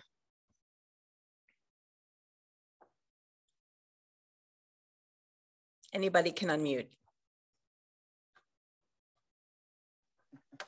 We stayed motivated by looking back as to what we were doing this for. We kept coming back to the idea. It's like, oh yeah, that's right. We're helping, our community. We were helping somebody who was unfortunate enough to have a certain, hand of cards that they were dealt. So we wanted to help out. Terrific, thank you. Team Overhead, what about you guys?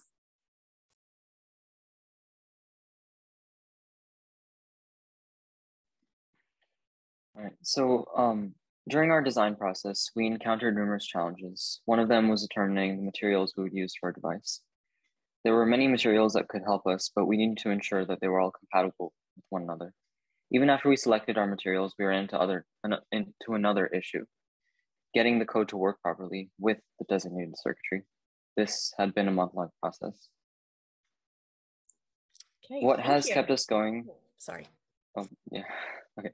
What has kept us going is knowing that we have the ability to help Omar. The thought that our device could be able to help him in his everyday life was able to give us motivation when we encountered any obstacles. Great, thank you so much. Spirited Six. Okay, so we kind of had the greatest time working on the project itself. We did come across some difficulties, especially something with time management, because a lot of us are really heavily involved in school activities like sports, extracurriculums, Skills USA, robotics, all that type of stuff. So trying to get together was a little bit difficult, but we did make time, especially during class periods. We were given 40 to 50 minutes. So we definitely used that. And taking existing products and creating this one final prototype was really fun. We got to break a lot of things.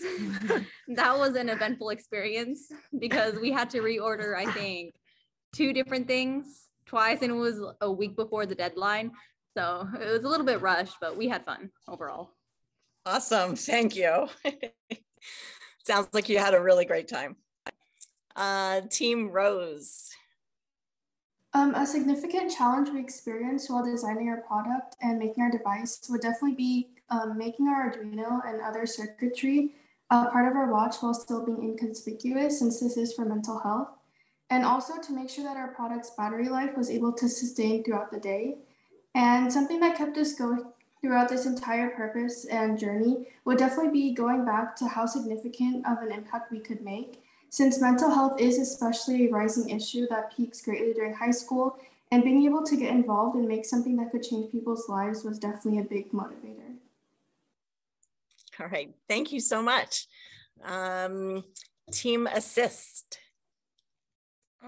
So a challenge that we had was probably we were a little bit overly ambitious at the start, and we wanted the prototype to be able to like tilt and move like however we wanted, and we kind of went through a lot of iterations trying to get that, but then we decided let's just have it moving up and down for now, because it's just a prototype for now, and we can figure out all the other minute details, and we don't have to be like super, it doesn't have to be like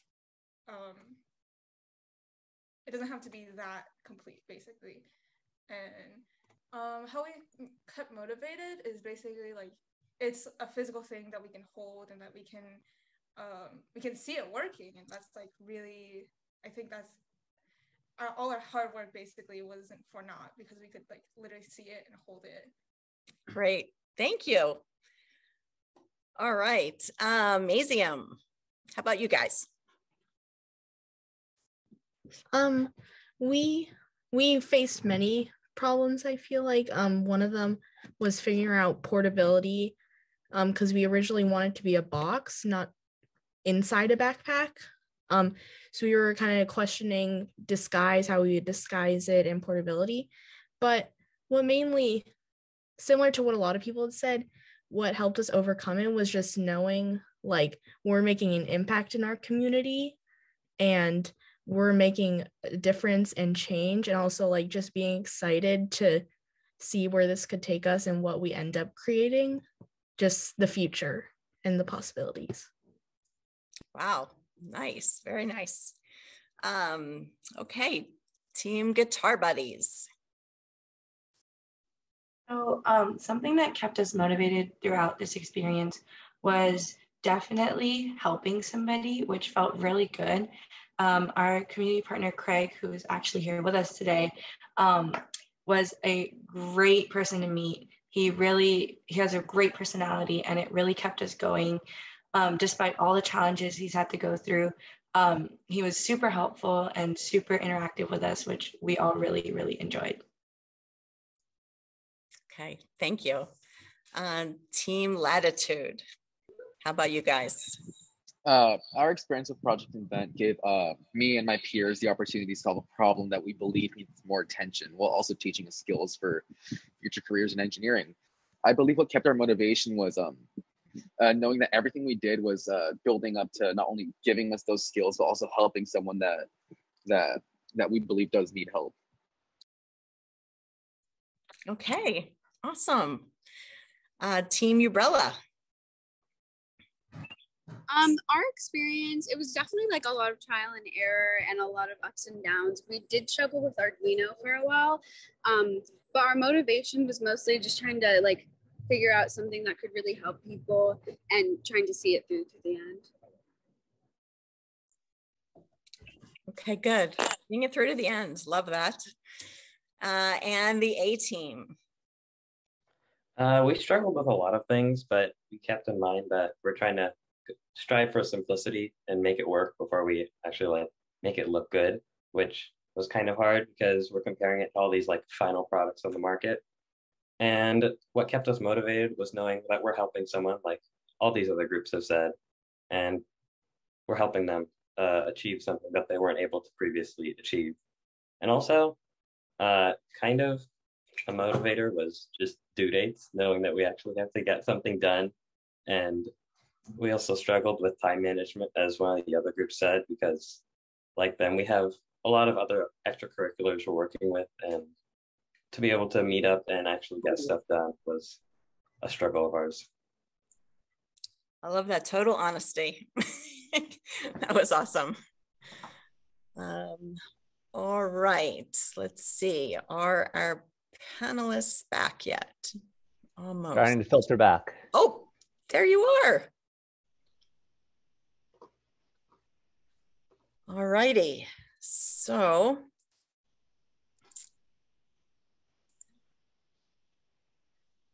dun, dun, dun. So now it is time for the awards. Before we get into that, just know that students, you've all done an amazing job and have done an amazing work working with people and this empathy that you have developed. So please pat yourselves on the back for that. You're all winners and you've all done amazing things. So let's hear what our judges have to say. I'm going to put up the different student mindsets. And judges, when you, I'm going to turn it over to you. When you present, if you could please share the type of award and the description, as well as the awarded team's name, that would be terrific. Thank you.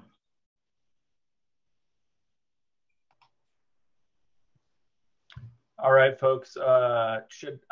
Max, should I just go ahead and go first since it's on the top of the list, I guess? Sure. Okay, so with that then, so first, before we start, we were very impressed with all of the presentations. An excellent job by every team. I was blown away with many of the prototypes. Very, very well done. So with that said, the first award that I will present here is going to be the Explorer Award. And we landed on Team Overhead with the hat. Very impressed with that one, and how they got the sensors to work, and specifically like how they really connected with their community partner and got good feedback, and the device actually worked. So this was our pick for the Explorer Award.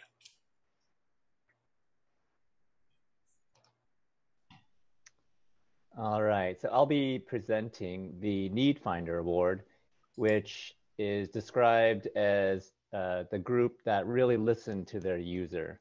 So just echoing what Dave said as well, I think everyone did a really excellent job. I think it's really great that you guys signed up for this project event and took the time to spend time with the community members and then really dig in and get your hands dirty and come up with some cool prototypes. So kudos to all of you. And I will say, 25 minutes was way too short of a time to give all of your projects justice. So we wish I had more time to really dig in and evaluate your projects more. But with that said, the winner of the Need Finder Award was Koi.care.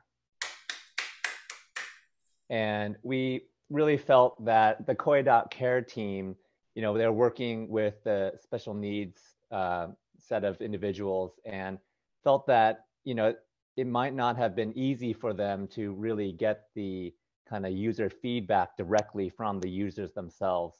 And, the fact that they were trying to integrate some sort of technology, which may be viewed as intimidating or scary for these users, they just kind of really understood the needs of the user and integrated into this really, kid-friendly, non-intimidating monkey stuffed animal. So with that said, good job, team Koi.care. All right, and for the Product Pivot Award, I will be presenting that. Product Pivot Award is for the team that overcame some obstacles as well as valued the attributes of agency, empathy, and resilience. And for that team, after discussion and deliberation, we decided to award that to Team Latitude. And the main reason for that, after deliberation, we just said they really listened to their community partner. One of the biggest pivots that they had to do was recognizing that their color coding was completely inverted from what it needed to be, and decided that, following the community partner, change it completely. And, that's a big change, especially when you're wiring things up. And having done that before, I completely empathize with that. And the other thing that they really did well is they fully visualized their product and their prototype. And that was really special to see. The type of things that all of you students now have at your fingertips or have access to are things that weren't even existing when I was in high school. Toothpicks was about all we had. And, putting little things together in cardboard. And it's been just impressive to see all the things that you've seen. So, I mean, my hat goes off to you, and very impressed. Great. Thanks, Casey. I am here to present the Moonshot Award. Again, congrats to all the teams. It's just amazing to see the number of ideas and the creativity coming from everybody. So one, just kudos to everybody. I really think it was not easy for us. I'll say that while we were in the room. So anyways, Moonshot Award. You know, we're talking about some ambition and creative confidence here. And so that award goes to Team Umbrella. Congrats. I just love to talk about, you know, some of the things we talked about and as we were talking about the award. You know, I think the way the team took the competitive analysis that led them to the umbrella was great. And we even asked, well, you know, you looked at a tarp and you answered back by saying, well, the tarp is sort of out there and we wanted to do something that was unique. So I felt like you guys had a really great, clear point of view around that, which is really great to see. I think you really supercharged an umbrella in a really nice way. You know, you've taken sort of what an umbrella does at its core, which is protect you from the wind or the rain and protect you from the, you know, create shade in the sun, and added things to it that really, you know, make that product really novel, right? So I think you did a wonderful job of kind of rethinking what that product could be. And then finally, you know, the presentation was like really great. It was super clear. It was really, it was energetic. It was really nice. So I give you a round of applause for that one. So great work on that. Thank you so much. Well, that concludes our demo day. Congratulations to teams Koi.care, Latitude, Overhead, and Umbrella, and everybody today. Thank you to all the judges, Google, and everybody who came to spend the time with us. Thank you so much, and have a great weekend. Bye. Thank you. Thank you, everybody. Bye. Thanks, everybody. Thank you. Thank you all. Good job, teams.